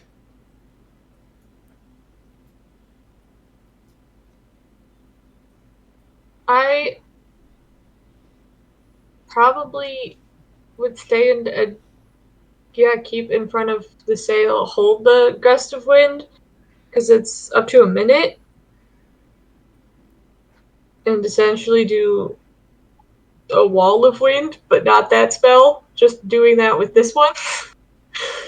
A little bit. It's 10 feet wide. 10 feet wide is not as wide as the sails are, but it is something. Like,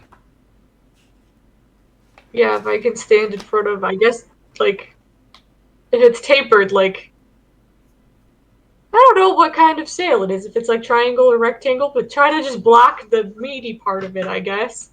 Griff can see it. I can't. Because in theory, if it's strong wind goes 60 feet, like if I'm aiming it up, I'm picturing it like can cover 10 feet wide, but it's 60 feet up. It's, yeah. And it'll be a line in whatever direction that you're shooting it. And it is a gust of wind. And it does say that it's strong in that spell, but it doesn't necessarily mean knocks an arrow out of flight. Like every arrow that crosses past this little push of wind is just going to go willy-nilly immediately.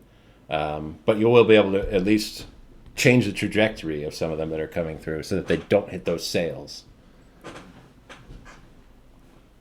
It's not like a wall of stone, which would, and the arrows hit those, they would definitely stop. Picturing that it probably doesn't take a ton to throw an arrow, like shift the momentum, like the direction. It takes more than you might think. They're launched in the way that they are. How strong can skeletons be? They don't got muscles. It's magic. Man, I want magic muscles. It's people fire arrows into wind, and if you're shooting a target and it's windy out, you just aim a little bit to the side. And Yeah, but they don't know that. Skeletons all the way over there. They are all the way over there. If it seems ineffective. Listen, 40 arrows just came at you guys and nobody got hit. I mean, they're not doing super great. Yeah. I've committed. This is what I said I'm doing. So this round I'm doing that. If it's useless, that'll be a problem next round. Kaboma's going below deck. He marches off with purpose. Gonna steal the horse. Next is Ravi. I'm gonna smash them again with a tidal wave. All right.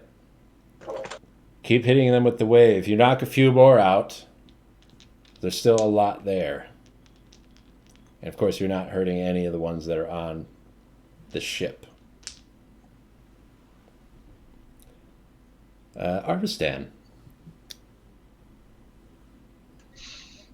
Same thing. Just holding there.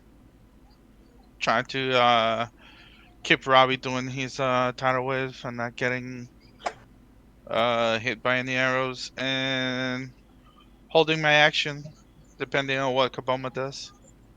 Okay. Well, he went below deck. Does that Yeah. make you do anything? No. I just, like, if he comes out doing some crazy stuff, that's when I'm like running with something or someone, or anything crazy, because he's adamant on jumping down and going to the island. That's when I'll use my action. To stop him? to stop him. Yeah. Okay. Hajite. I'm assuming Luna is just staying below deck for now. Yes. Okay. Okay, I want to try and climb up the sail. All right. And I want to try and mend some of the holes. Mending.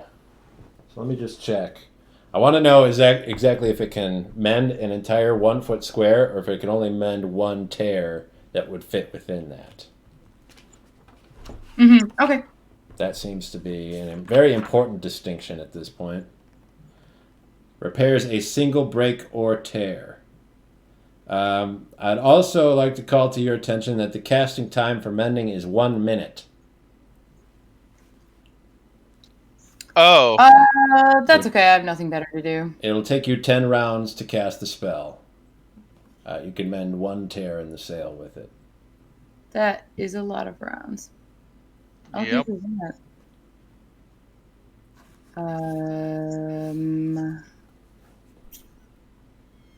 What if I had the like patching supplies from downstairs? Is that like the same amount of time? I'm not much of a patchwork person. Mending a sail is not the same as mending clothes either. But I think, yeah, it'd probably take a while. A minute Alright. seems pretty quick for putting a patch on a sail. It does. All right. I guess. Can I? We're waiting on the sails to open to move the ship. I don't think Thunderwave would physically move the ship. It If would I hurt ca- the ship a lot. Not on the ship if I cast it like in the water. Because it's No, a force. you'd knock the water away from the ship, but it doesn't.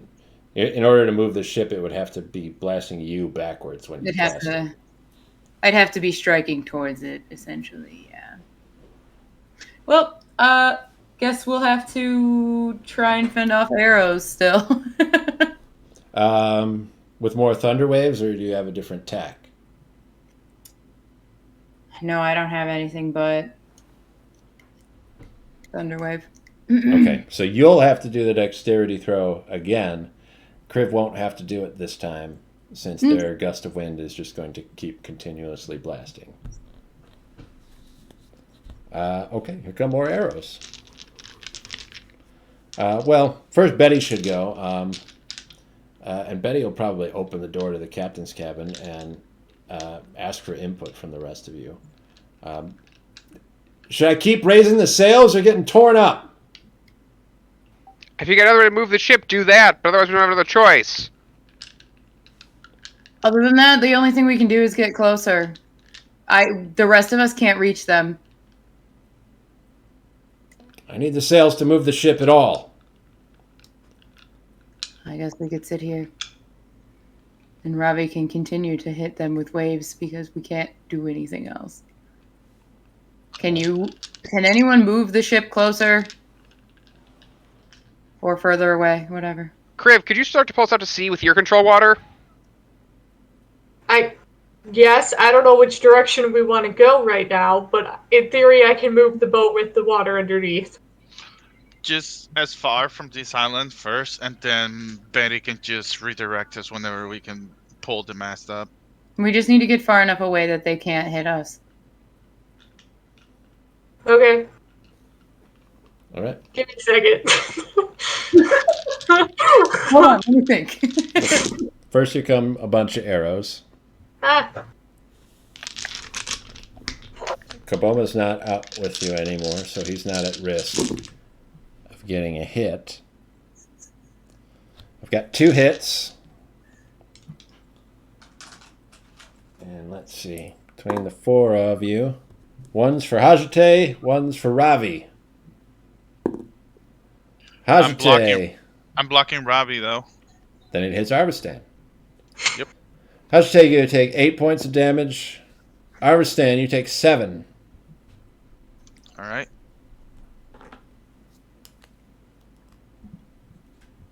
Are you tanking for our tank? He is. Yeah.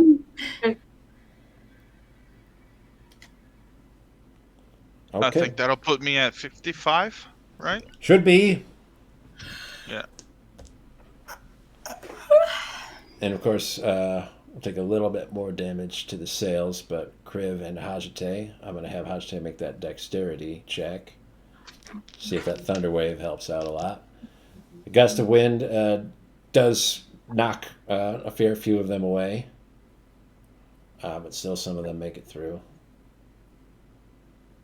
Nope. 4. And as the arrows pierce through the sails, it takes about a half a second later, and then a big thunder wave comes out from Hajite. Nice. Ah! That's Kriv's turn. You've got the gust of wind going. Yeah. Not gonna do that anymore. Gonna Okay. do the water one. I'm a little sad, but that's okay. It was a good idea. You never know what's gonna work, so you gotta just try the first thing you think of. I will use control water. I will be honest, I forgot that it said see page 227 on there and had not looked at what it says in the book of the cool things like you're doing. It's super long. What you're going to want to do is redirect flow Yeah. and make the water flow in the direction that you want it to, away from the island. Yes. That is cool.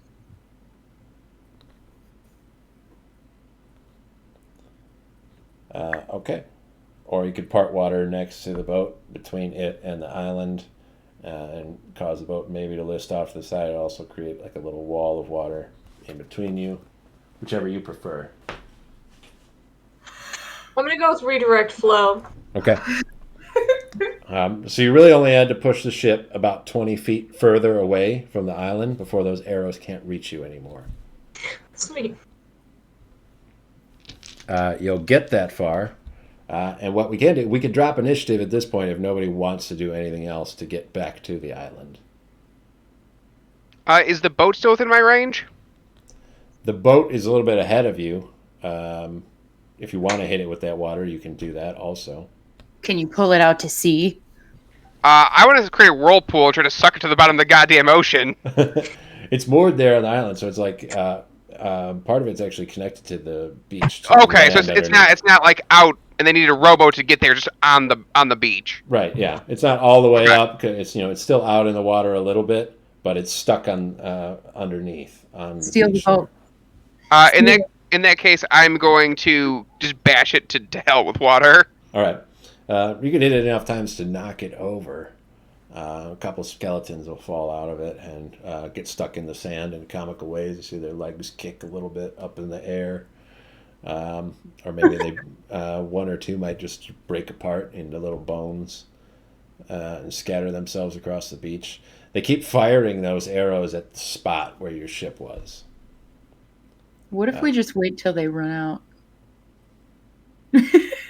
That's fair. They're not stopping, even though they're clearly not hitting us. They're gonna run out.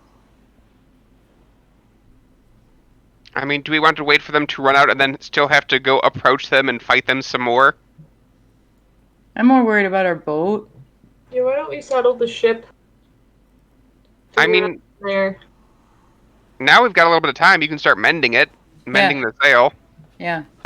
And so do I, but I'm not great at climbing. Well, you can Maybe- lower the sails. In that case, I will help mend. Actually, no, I'm going to continue pounding the anything. As soon as the boat tips over, then I will come back. I imagine that probably takes a few minutes. I can't just like one wave push over a boat. You got to do, like the remainder of your control water knocking into that boat. Betty's got mending too. I think you could cause a safe amount of problems enough that I don't think we would even have a problem landing. We just were dumb and got too close at first, I guess. I'm gonna mend the ship. Yeah. Betty and Hajite will set to mending the sails. Ravi will continue throwing waves at the ship moored on the island. Kriv and Arstan, any particular plans while that's occurring? Where is already forgot his name. The one that wanted to You'll have to tell me. He went downstairs. Kaboma? Yeah, Kaboma, there we go. He's below deck. He went downstairs and we didn't see what he did after that. Is Pepper on deck, or is he also below deck? Peppers is below deck. I don't know. I will go to the edge and take a peek and see what Kaboma is doing. I was just gonna go below deck because I want to ask Peppers a question. I'm just going down there. Okay. I'll just stay upstairs then and keep an eye on if anything else happens. All right. As you approach the stairs to head below deck, you can hear that there is an argument going on down there.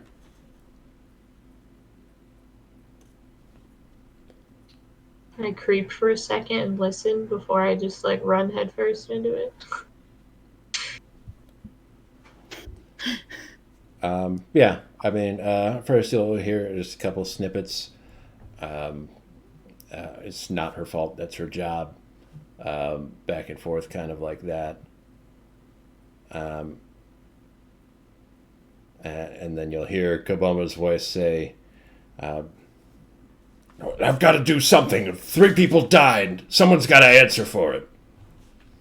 And you hear Pepper say, there was nothing we could have done. There's nothing that we could do now. Nothing's going to change that. And so they're sort of arguing like that, and you can't really see what they're doing from the deck. Well, I'm just gonna walk. Okay. Sophie's awake. Ah, She is cowering in a corner. Kaboma is standing in front of her threateningly, and Peppers is between them. He's much smaller than Kaboma, but he's got his little arms out, sort of trying to guard the wounded Sophie. can I rush over behind Peppers? Let him be the threatening one. Just be the big one. Like an angry cat. I'm just gonna rush over really quick and go, whoa. We can't do anything until we get the ship back in one piece. If any of you can help fix the sails, head up now so we don't all live here for whatever's left of our time in the middle of the ocean right now. My brother died because of her. She's got to answer for that.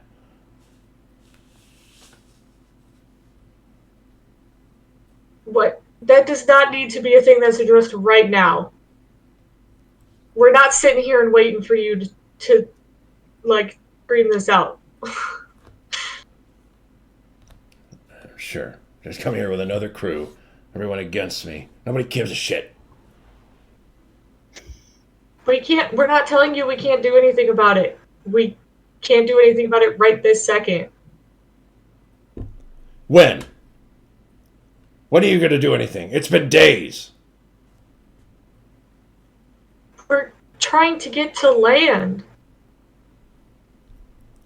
We don't need land to solve this problem. I asked you if there was anything we could do. All right. And I'll tell you now. She's got to go. She's my ship's quartermaster. It's her job to read the weather. She told us it'd be smooth sailing. She was wrong, and my brother died. And his wife. Why? What would that fix? You have one less person? You have one more person you've lost? I lost my whole ship, the whole shipment, my whole family. There's nothing more to lose. It's her fault. It's called justice.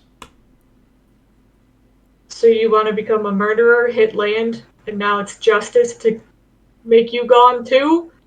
It's not going to fix anything. Forget Do you it. want to listen? No, forget it. He'll leave. Go out them.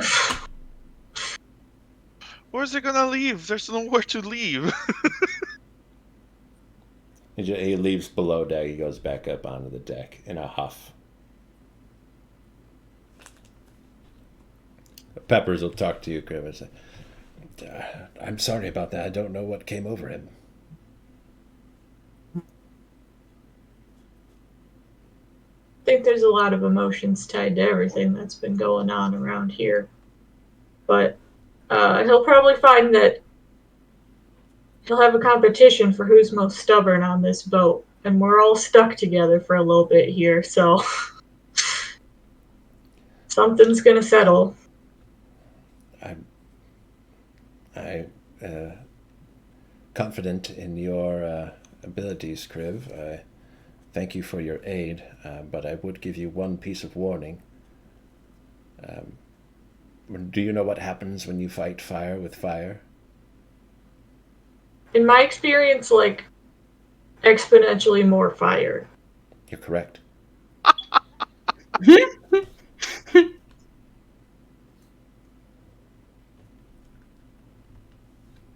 And then maybe I'm not the best person to help right now. I'm literally mostly specialized in creating more fire.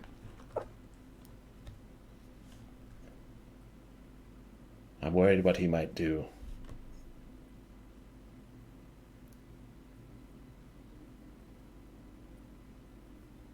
Don't underestimate my friends. I know none of us really know what's going to happen, but we couldn't have really predicted anything we've hit so far, and we're still here. Very adaptable. This, as big as it seems right now, is arguably small compared to things we've dealt with in the past few months, so I know we'll get through this. I don't know what'll be at the end of it, but the best we can hope for right now is that everyone on this boat gets their feet back on land. That's goal number one right now.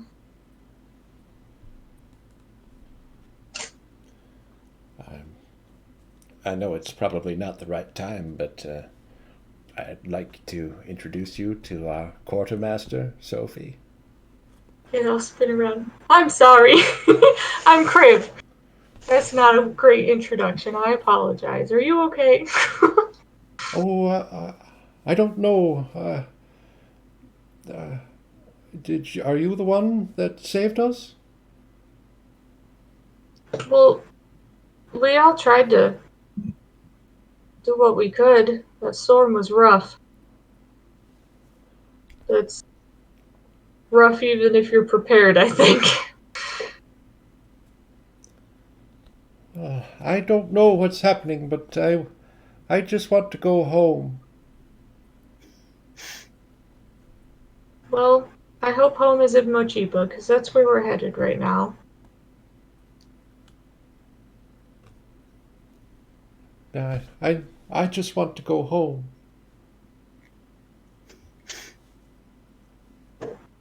Are you okay? Can we heal anything? You were out for a while, quite a while there. I'll take care of her. I think she'll be fine. And once we get back to Mochipa, I can treat her a little more properly. Okay. I know you're not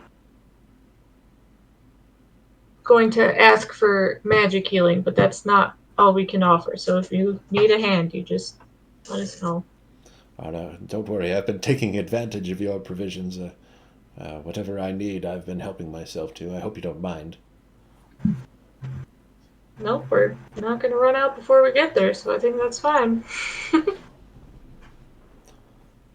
And he'll turn back to Sophie and say, "You should rest. I know this has been an ordeal. Come, lay down again."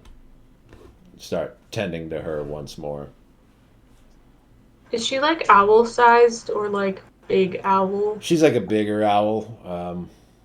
like a small person.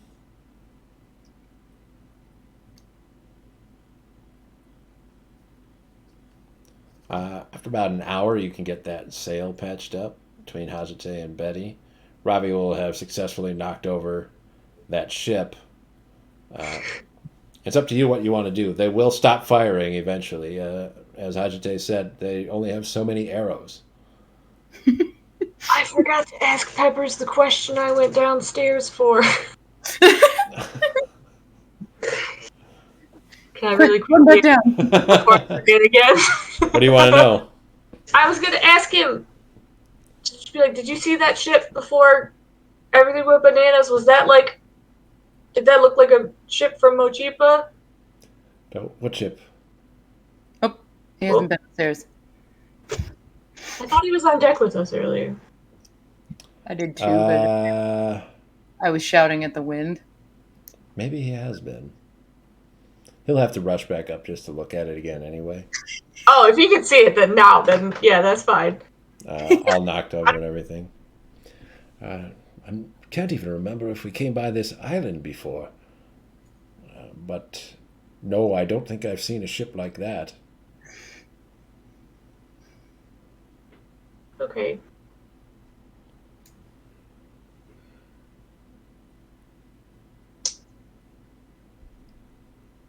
We just got more and more questions the longer we go on this. Less answers. So, Captain, he didn't just like get mad and take a time out upstairs, did he? He does. He stands far away from everyone at the stern of the ship. That's right, the back. You could say anything. I don't know. He looks out over the water from back there. He's trying not to interact with anyone. Well, now's a perfect time. I think I should go over there. Okay. I'm going to say, hey, can we talk?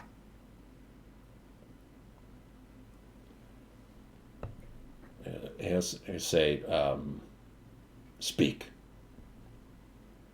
All right. I want a real conversation this time. I really don't want a one-sided argument. Okay? So we're going to figure out a way on the island, at least as far as I know. We're not going to completely abandon everything you wanted, but you're going to have to work with us. We are extremely experienced in these sorts of situations, so I really need you to work with us. We saved you. It was difficult. It wasn't easy, but we were still able to do it because of our skills. Thus, we have them, and we've proven them at least once to you. He keeps looking away from you, out over the water, and he sort of twitches his ears and he flicks his tail at you a little bit. I want us to work together, and I want to do things that are going to make everybody happy. I help lead this group. Not that I'm the leader, I help. So let's work together, okay? We didn't save you for nothing. He'll turn around and look at you. He'll have tears streaming down his face. And he'll say, I don't think I can be happy. I want to, like, reach out an arm to him to, like, I don't know. There's, like, holding someone's forearm just seems right to me. Just, like, a comforting kind of. Well, he's 4 legs. Yeah, perfect. If you want to try to touch a leg, or you could go for, he's got a long neck. Yeah, I just feel like that's too Too intimate. much? Too close? Okay. That's a lot, I feel like. Yeah, like a big woolly shoulder. It's like, yeah, we'll do shoulder comfort. Okay. I mean, he's like shaking a little bit and kind of heaving. He's catching his breath as he's and he looks away from you again after you touch him. He looks back out at the ocean. You know, it's okay to be upset and sad and frustrated and angry and all of the things. But we are here at best explanation for the greater good. So we're not just going to leave you behind. We are here to help. So you can ask things of us without acting rashly on your own.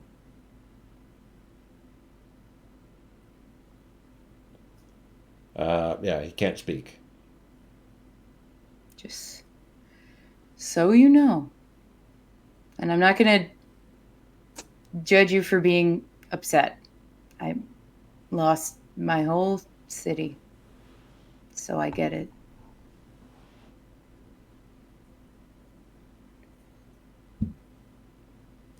And then I'm just going to hang out with him, I guess.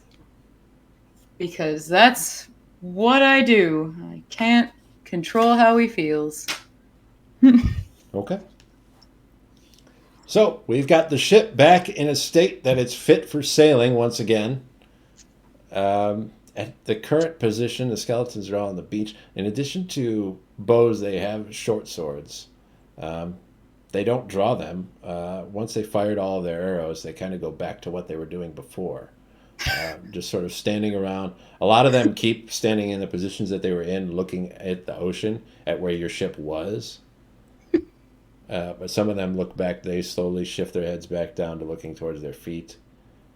Some of those ones that Ravi bowled over with those waves kind of stand themselves back up. They crawl back out from the tree line, back out towards the beach, trying to put those shelters together again. What would you like to do? They're a lot more helpless now than they were a moment ago. I will walk back over there and tell them that I told the sad man in the corner that we would at least try to look on the island. Sorry, guys, I signed us up for something. Ravi, you know the undead maybe a little more than us. I've only seen what we've encountered in our more recent adventures.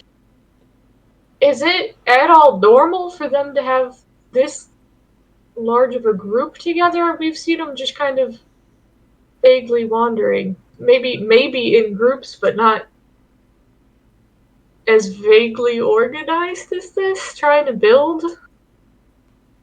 I will admit my experience from the undead is largely based in folklore, but I would say this is unusual. Most of the time when I hear stories of the undead, it's like what we've encountered to this point, some sort of necromantic event happens, the dead raise, and then they start terrorizing the town, like what happened at Dole.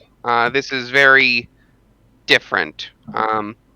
These act almost more like constructs than undead, but they are clearly undead. So I admit this is outside of my realm of expertise. Should we be looking for some sort of mastermind to this? Someone with a little more cognition, maybe, or power? I mean, that would make sense, but where that person is, I don't know.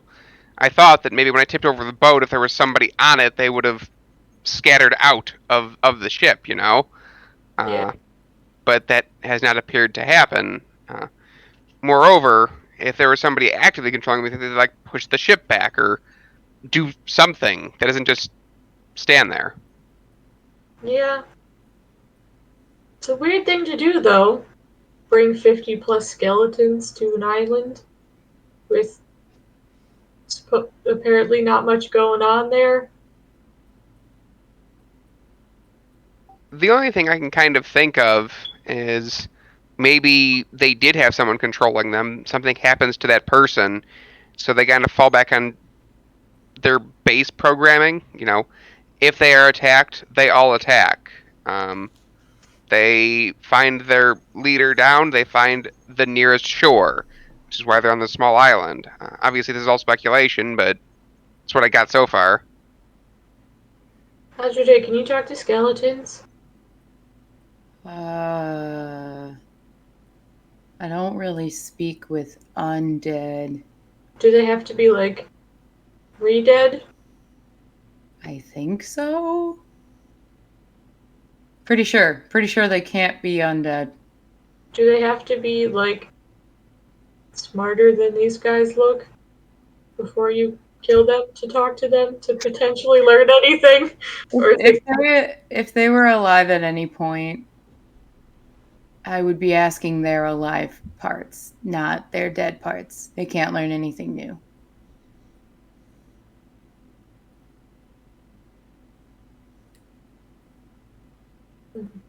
Like if I died right now and my body went gallivanting around the planet, this is where I cut off. Yeah. This just seems very weird. I feel like if it was like a necromancer, that can't be just like a small spell to raise or collect 50 plus skeletons. I find it hard to believe that they're just permanently alive with nothing nearby. I don't know. Crave, were you able to see, like, inside the ship at any sort of point and see if there was somebody in there I didn't look controlling them? below deck. I mean, it's just a bird I was flying around. Can we still like see the ship from where we are? It just got knocked over, but it was in shallow enough water that it's still up above the water. Oh, okay. Are there skeletons clearly just like walking back to land? Not clearly so. Okay. Blurry. I think I know we don't need answers. I know I want answers. And I think that ship's the place to look. I mean, we can start maybe sailing close to it. If we can get within, 60 feet or so, we can start detecting magic on it. See if there's something radiating from within there, so at least you have an idea. Within 60 feet, if they start acting up, they can explode. And as well, like, if it's possible, just go inside the ship. Maybe there's somebody that's just in there waiting for all the skeletons to finish setting up whatever they were setting up for them to come out or something like that. Woohoo, now that it's sideways, what a fun adventure. I mean, probably since it's Climbing around a sideways, sideways boat. probably if it's sideways, whoever, if there was anybody in there, they'll probably be coming out to check out and see what the hell is happening, and maybe we can get some answers from that if we see anybody coming out. Well, I can also boom my voice and call out to somebody, see if anyone's there. They didn't look like they were outright defending something, right?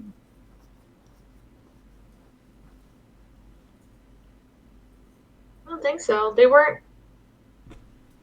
They were only aggressive once I like flew into them. So maybe if we're not aggressive, they'll do nothing. Maybe. I'm curious though too. If maybe I'm just thinking too into this, and I'm thinking way past undead skeleton thinking, but if a bird flew into my face, not actually attacking me, just kind of hit me, I wouldn't immediately attack the first weird thing I saw at that point. And they kind of did do that. They're like, a bird. Let's destroy that ship over there.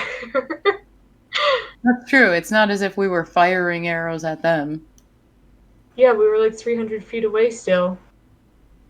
Like, stopped.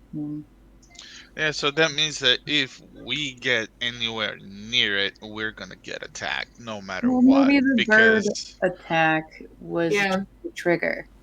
it could have been a trigger, but they killed the bird, but then they proceeded to attack us as well, where we were not even that close towards them. So I could always try. I can do one more animal-related activity today.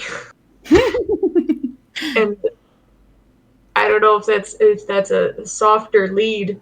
If I tried to get on the ship as an animal without hitting anybody, if I could scout it out, or I don't know, have someone nearby for someone else to try to walk up. The ship is partially submerged now that it's knocked over.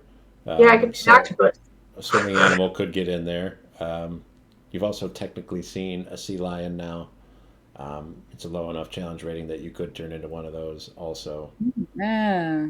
That sounds less fun than an octopus right now, if I'm being honest. It's fine. I would consider them more mobile on land than an octopus would be, but they can both go on land for some period of time.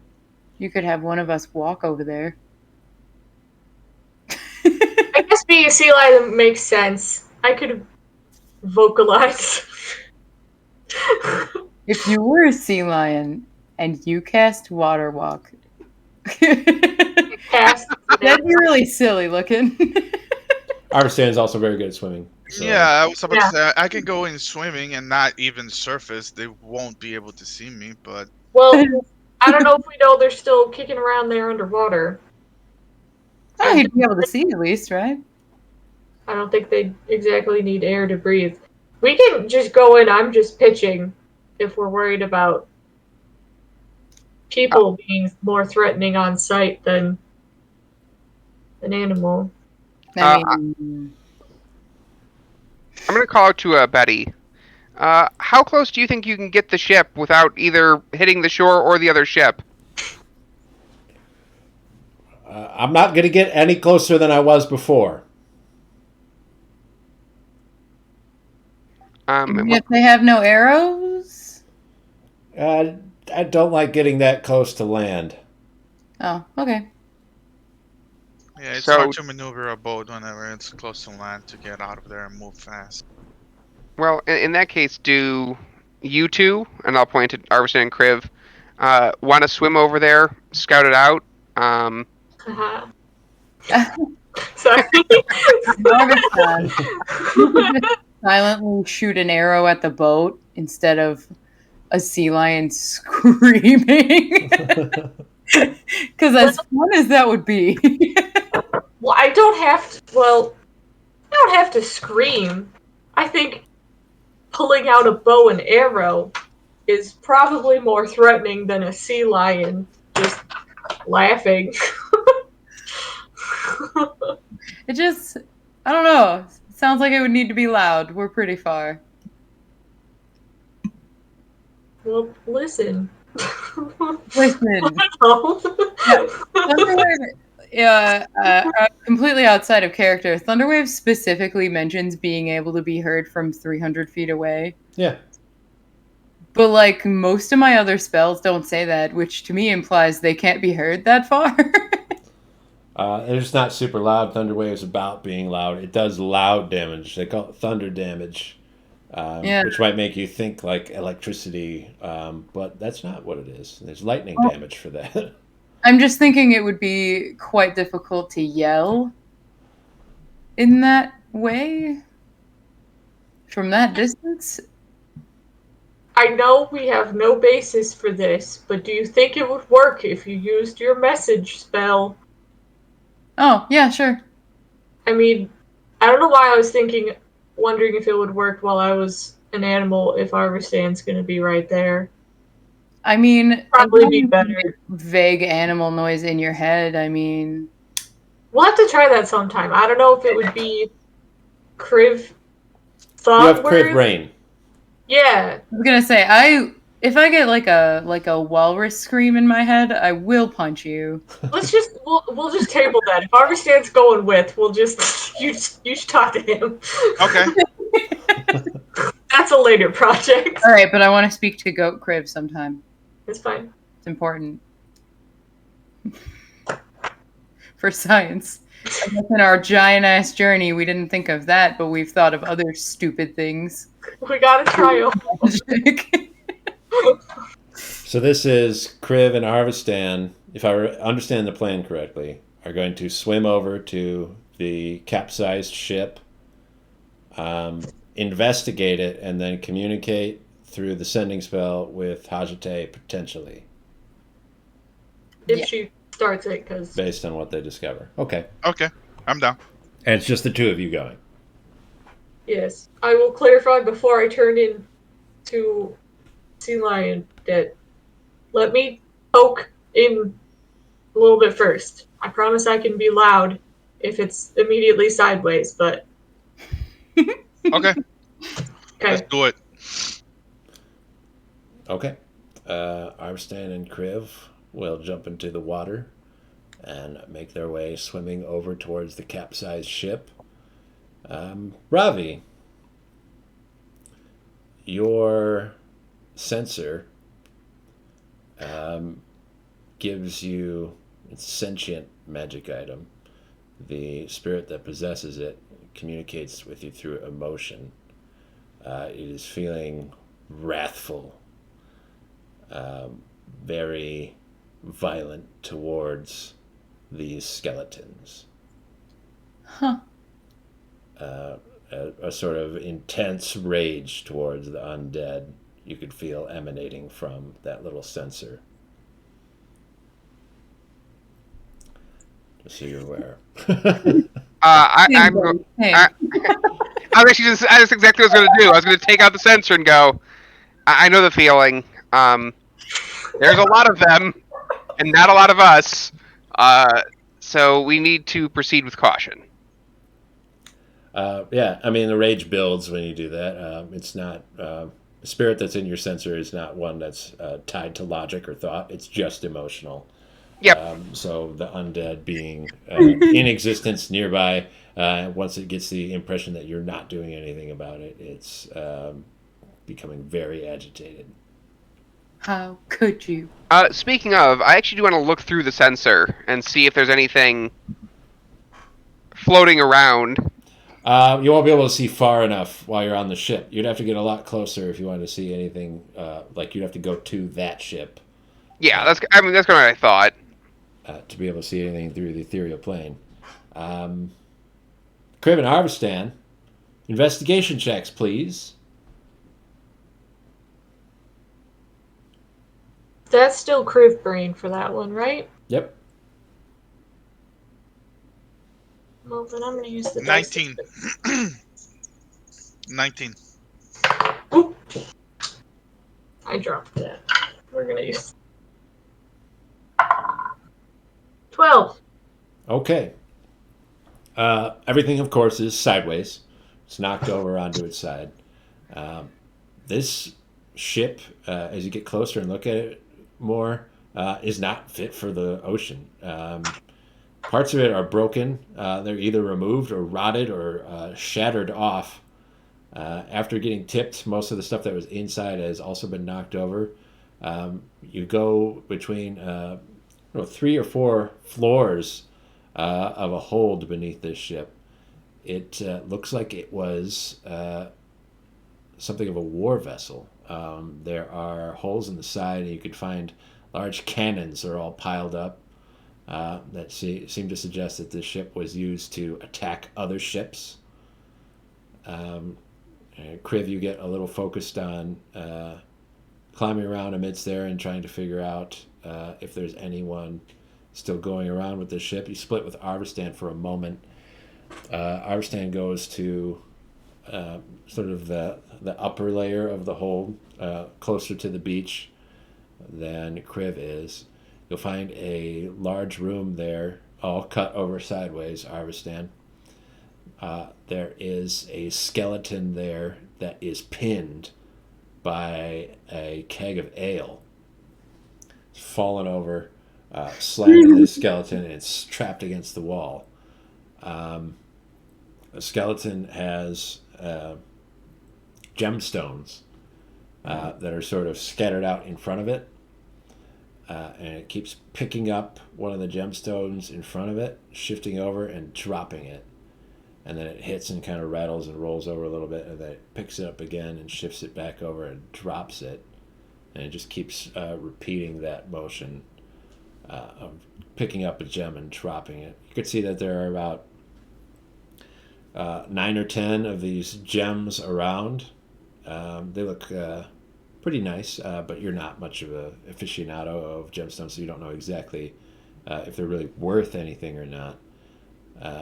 The only other thing you can see in here is that there is a table that was bolted to the floor. It's now up like against the wall, and attached to that table is a set of scales. One of the sides of the scale has fallen off, and the other one is still attached, just kind of hanging there. Is it reminiscent of the one in the ghost tower? He didn't see that one. Yeah. Oh, I'm not in there if we split? Nope. Okay. Yeah, let's wait. Before I do some stupid dumb shit, I'm just gonna go down there and get Criff and show them what's happening up here, and like wonder if we should proceed on investigating the room or getting the gems or getting the scale. I want to send him a message too at some point. What's the message? It's up to you when that happens. Okay, so I'm gonna say, answer whenever you feel like. We need to know what's going on over there and if we should come. 25 words. Okay. I'll hold the answer. I don't think you can do that. I can't do that. I'll check. No, That's I don't something know. you want to do. Sending spell. I don't know what's going on over there, so I just assumed I would call when they got there. Can answer in a like manner immediately. So it's immediately. Yes. Well, All right. I'll answer with not much. Another skeleton pinned down, playing with gems. You cut out, Jason. No. no! Weird skeleton sight here. Waiting for Criff to proceed. That's it. Okay. That's fine. It's about as cryptic as anything that Arbistan says to you, so you know he's still fine. It's fair enough, I guess.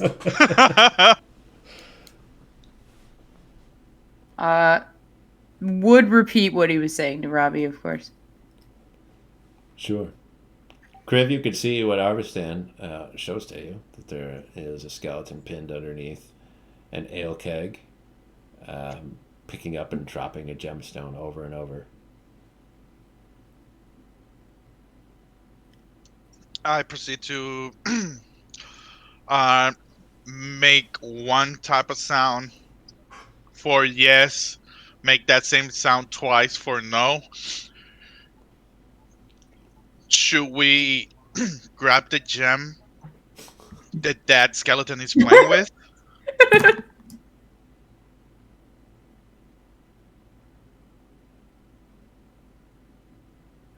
No answer? Okay, I'm Scout, I'm you just gonna have take to honk like a sea lion.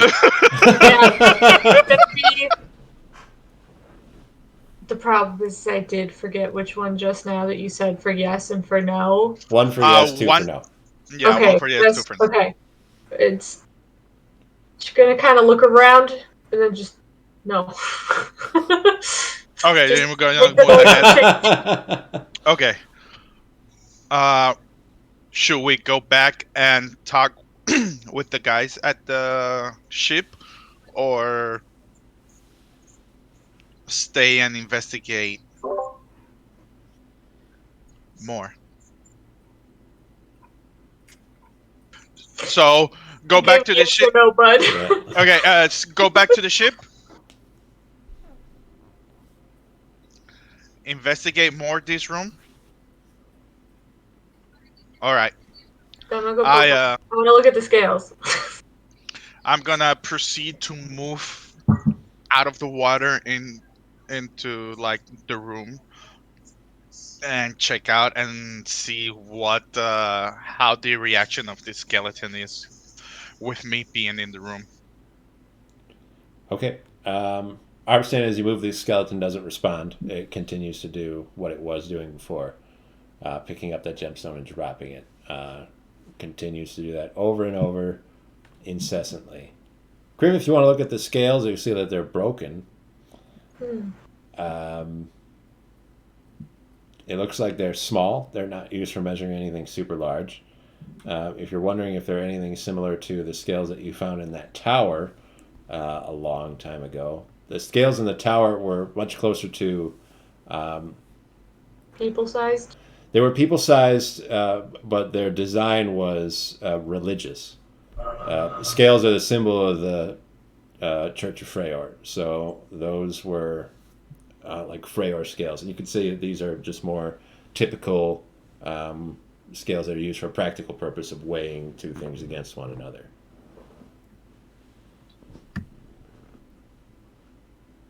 Poke around there, or if there's, I don't know how I look in drawers that are sideways as a sea lion, but look around for something a not undead person perhaps had left here, because skeletons probably don't need a scale.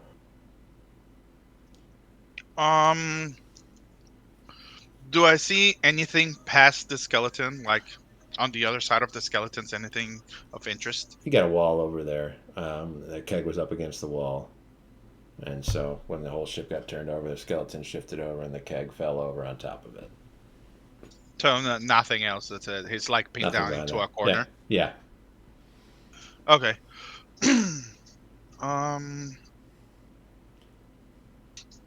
I'm just gonna. And you said that there was other diamonds around, right? I didn't say Besides the one that he's diamonds. playing with. But gems. Sorry, gems. Yeah. Count them up. I'm There are going- 9 different ones, including the one that he's playing with. I'm gonna slowly pick up one and while looking the reaction of the skeleton and see what happens if I pick up one. If you pick one up, he'll look up at you, stop what he's doing. That hand that he's been using to play with the gemstone, he's going to reach over for where his cutlass is. On the other side of him, he just keeps bashing into the keg. He can't actually reach it in the position he's pinned in. I'm gonna drop it. Does he stop moving or trying to reach for the cutlass? Keeps going. I turn around and look at Criff and tell like, Criff, we're gonna have to. Remember when I said, should we touch the gemstones? What did you say again? I said bark once for yes and twice for no. I said bark once for no, twice for yes, right? Nice. All right.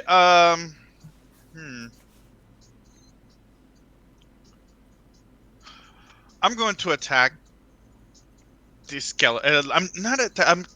I'm gonna try to immobilize this skeleton. Listen, Can I guys, do that? we can't.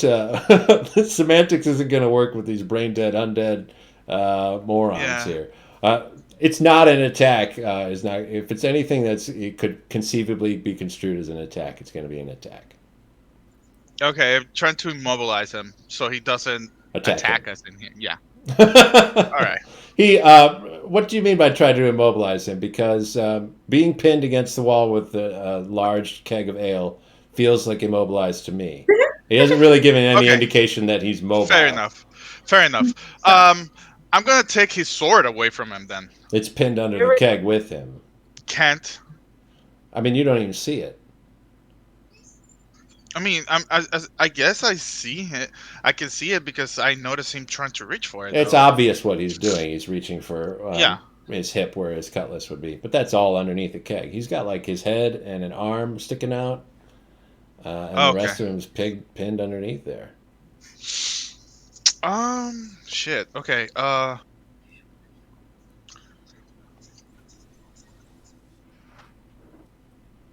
And you said that there were 9 total? Yeah. I turn around and you'd ask Criff. Criff, did you are you finished investigating this room? Well, that depends if I found anything else while I was looking around. Yeah. Or if this looks like a big empty room with a bunch of sideways stuff. Gravy can make an insight check. Oh ho ho, that's still Criv brain, right? Yeah. Brain stuff I keep. Oh, that 20 plus 2. All right.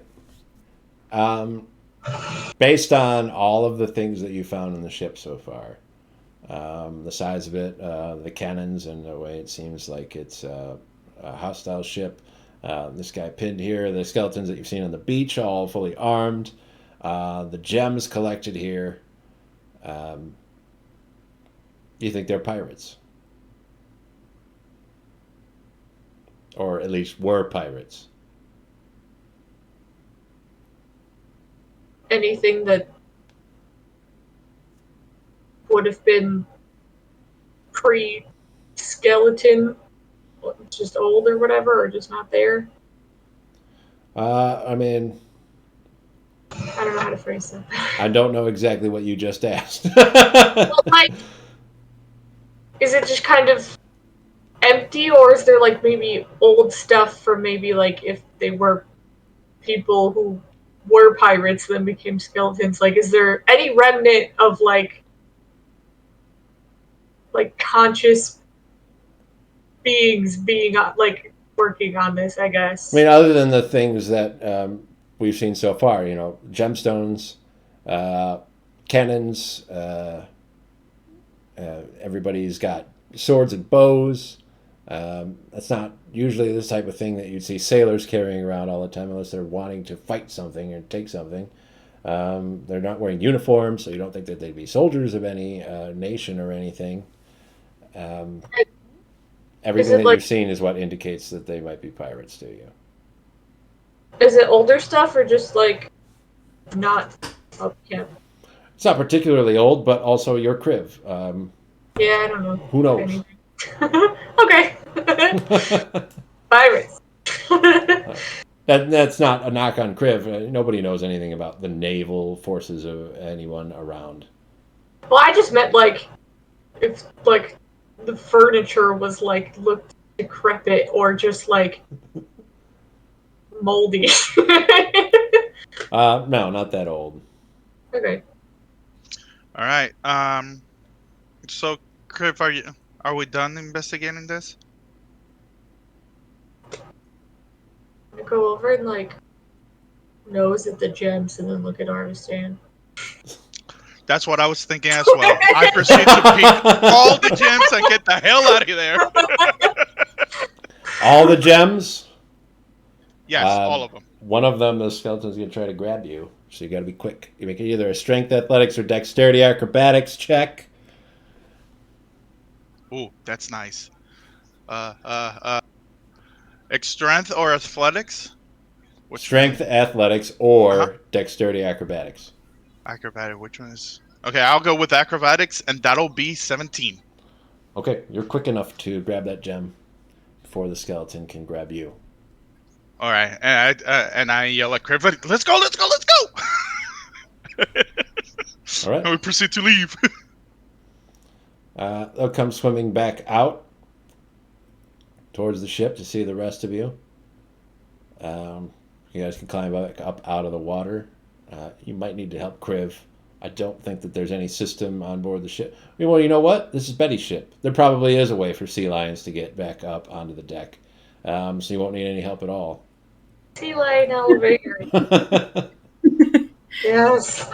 There's a way for an octopus to get up. There's a way. Yeah. We got druid accessibility here. At this point, Armstead might have told Hajite about the gems, but he might just grab 9 gems and keep them for himself. They're on me, I just got there. I'm like, hey guys, look, I brought the gems that I said that they were down there. Oh, he's like a puppy. He gets I excited. guess put him down to the floor and like, can you guys see if there's any magic in these gems? Maybe is keeping all of these guys alive because one of the skeletons was playing with it. I will cast Detect Magic on the gems. You just took a bunch of gems from a skeleton that was playing with them? I mean, he wasn't gonna use them. We can. Okay. Detect magic, you will find that one of the gems is magical. If you look closer at it, Arvistan didn't really, he saw gems and his eyes lit up, so he didn't really investigate them very much further. Well, one of them is not a gemstone, it's actually a piece of magite. Oh! Let's go! Do I detect any aura coming off of the magite itself, or is it just a straight piece of? It's raw magite. It's not necessarily usable in its current state.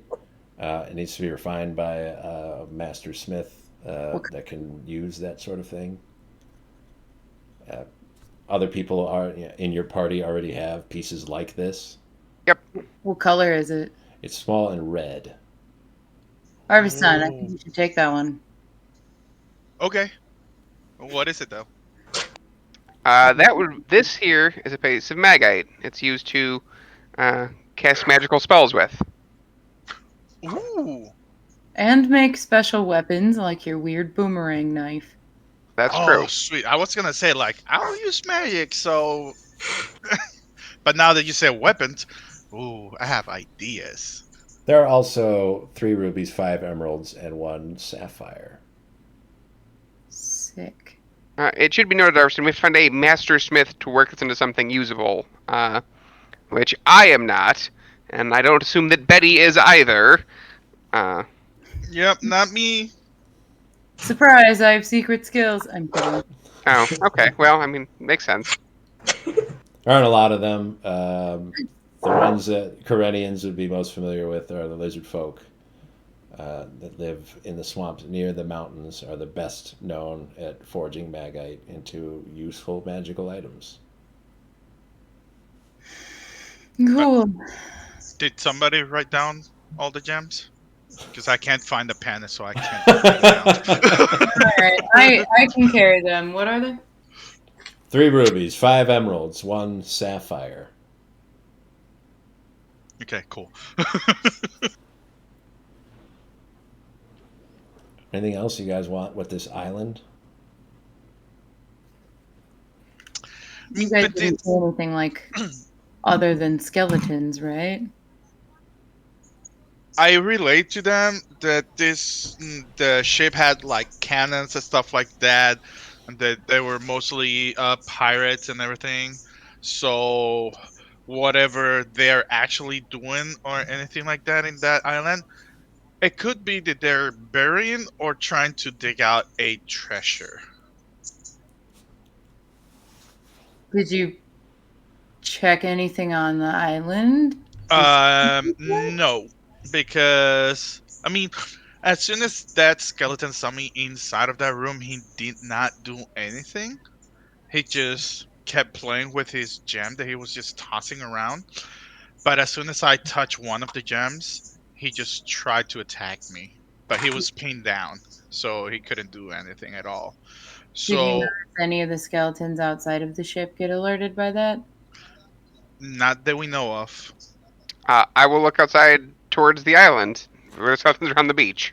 They're back to whatever they were doing before, staring at the floor, hammering palm trees, digging holes. They don't seem to have responded, so I guess you're fine.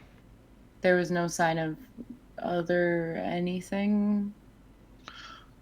I mean, there was this little scale in there. It was a weird one, and I've never seen one around before. But that was the other thing. It wasn't in a good shape or anything like that.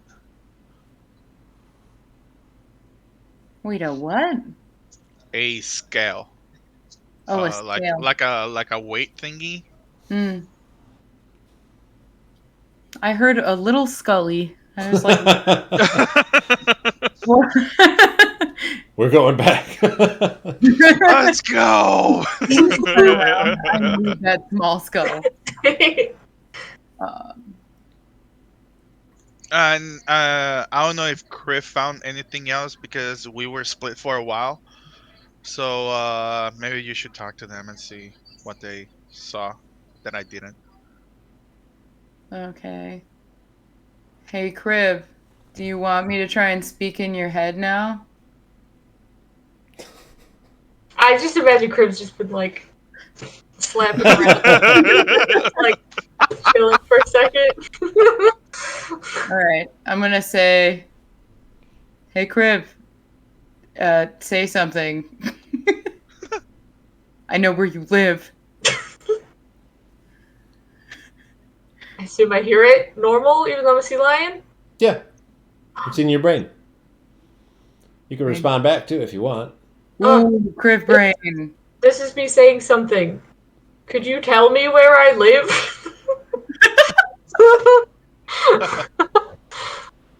I didn't hear an animal, right? I need to hear Kriv speaking with the Kriv voice.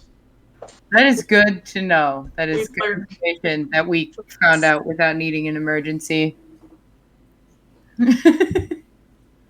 Imagine an emergency situation. We're all dying. Kriv, hurry! And we just hear, Fantastic. All right, well, Kriv can speak in their mind as an animal, so that's cool. Nice. Kriv, I don't want to use any more messaging spells, so if you want to have a chat. I'll just drop it. They're just pirates. The scale was a normal utilitarian scale. What I could see. Nothing fancy. Just probably weighing like the gems that we took.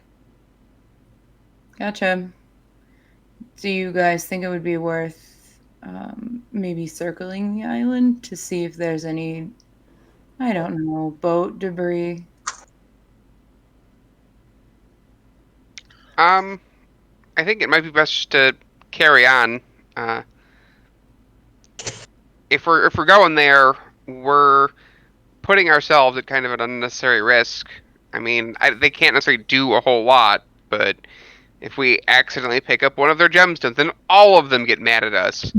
We then are stuck trying to row our way back, 300 feet away from this boat, and they don't have, I don't know if they can swim, but they certainly don't have to breathe, so they can just walk into the ocean after us. Yeah, but we could walk onto the ocean.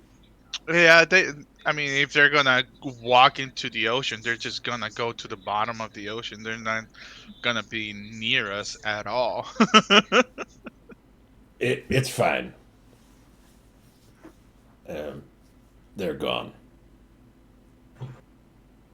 We did not see any signs of humans in there, so rest at ease that if your brother and his wife were around here, like they weren't around here. In other words, we didn't see any signs of any human being or any type of alive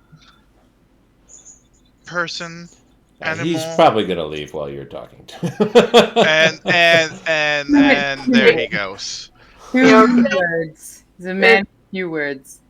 Good sentiment, but it might not be comforting to tell him, like, remind him again that they're probably They're totally dead. Like dead. They died. I know There's you no had chance they're alive anymore. I could prove Yeah. it. They're Yeah. definitely dead. I can show you. Let's find their dead bodies if you want.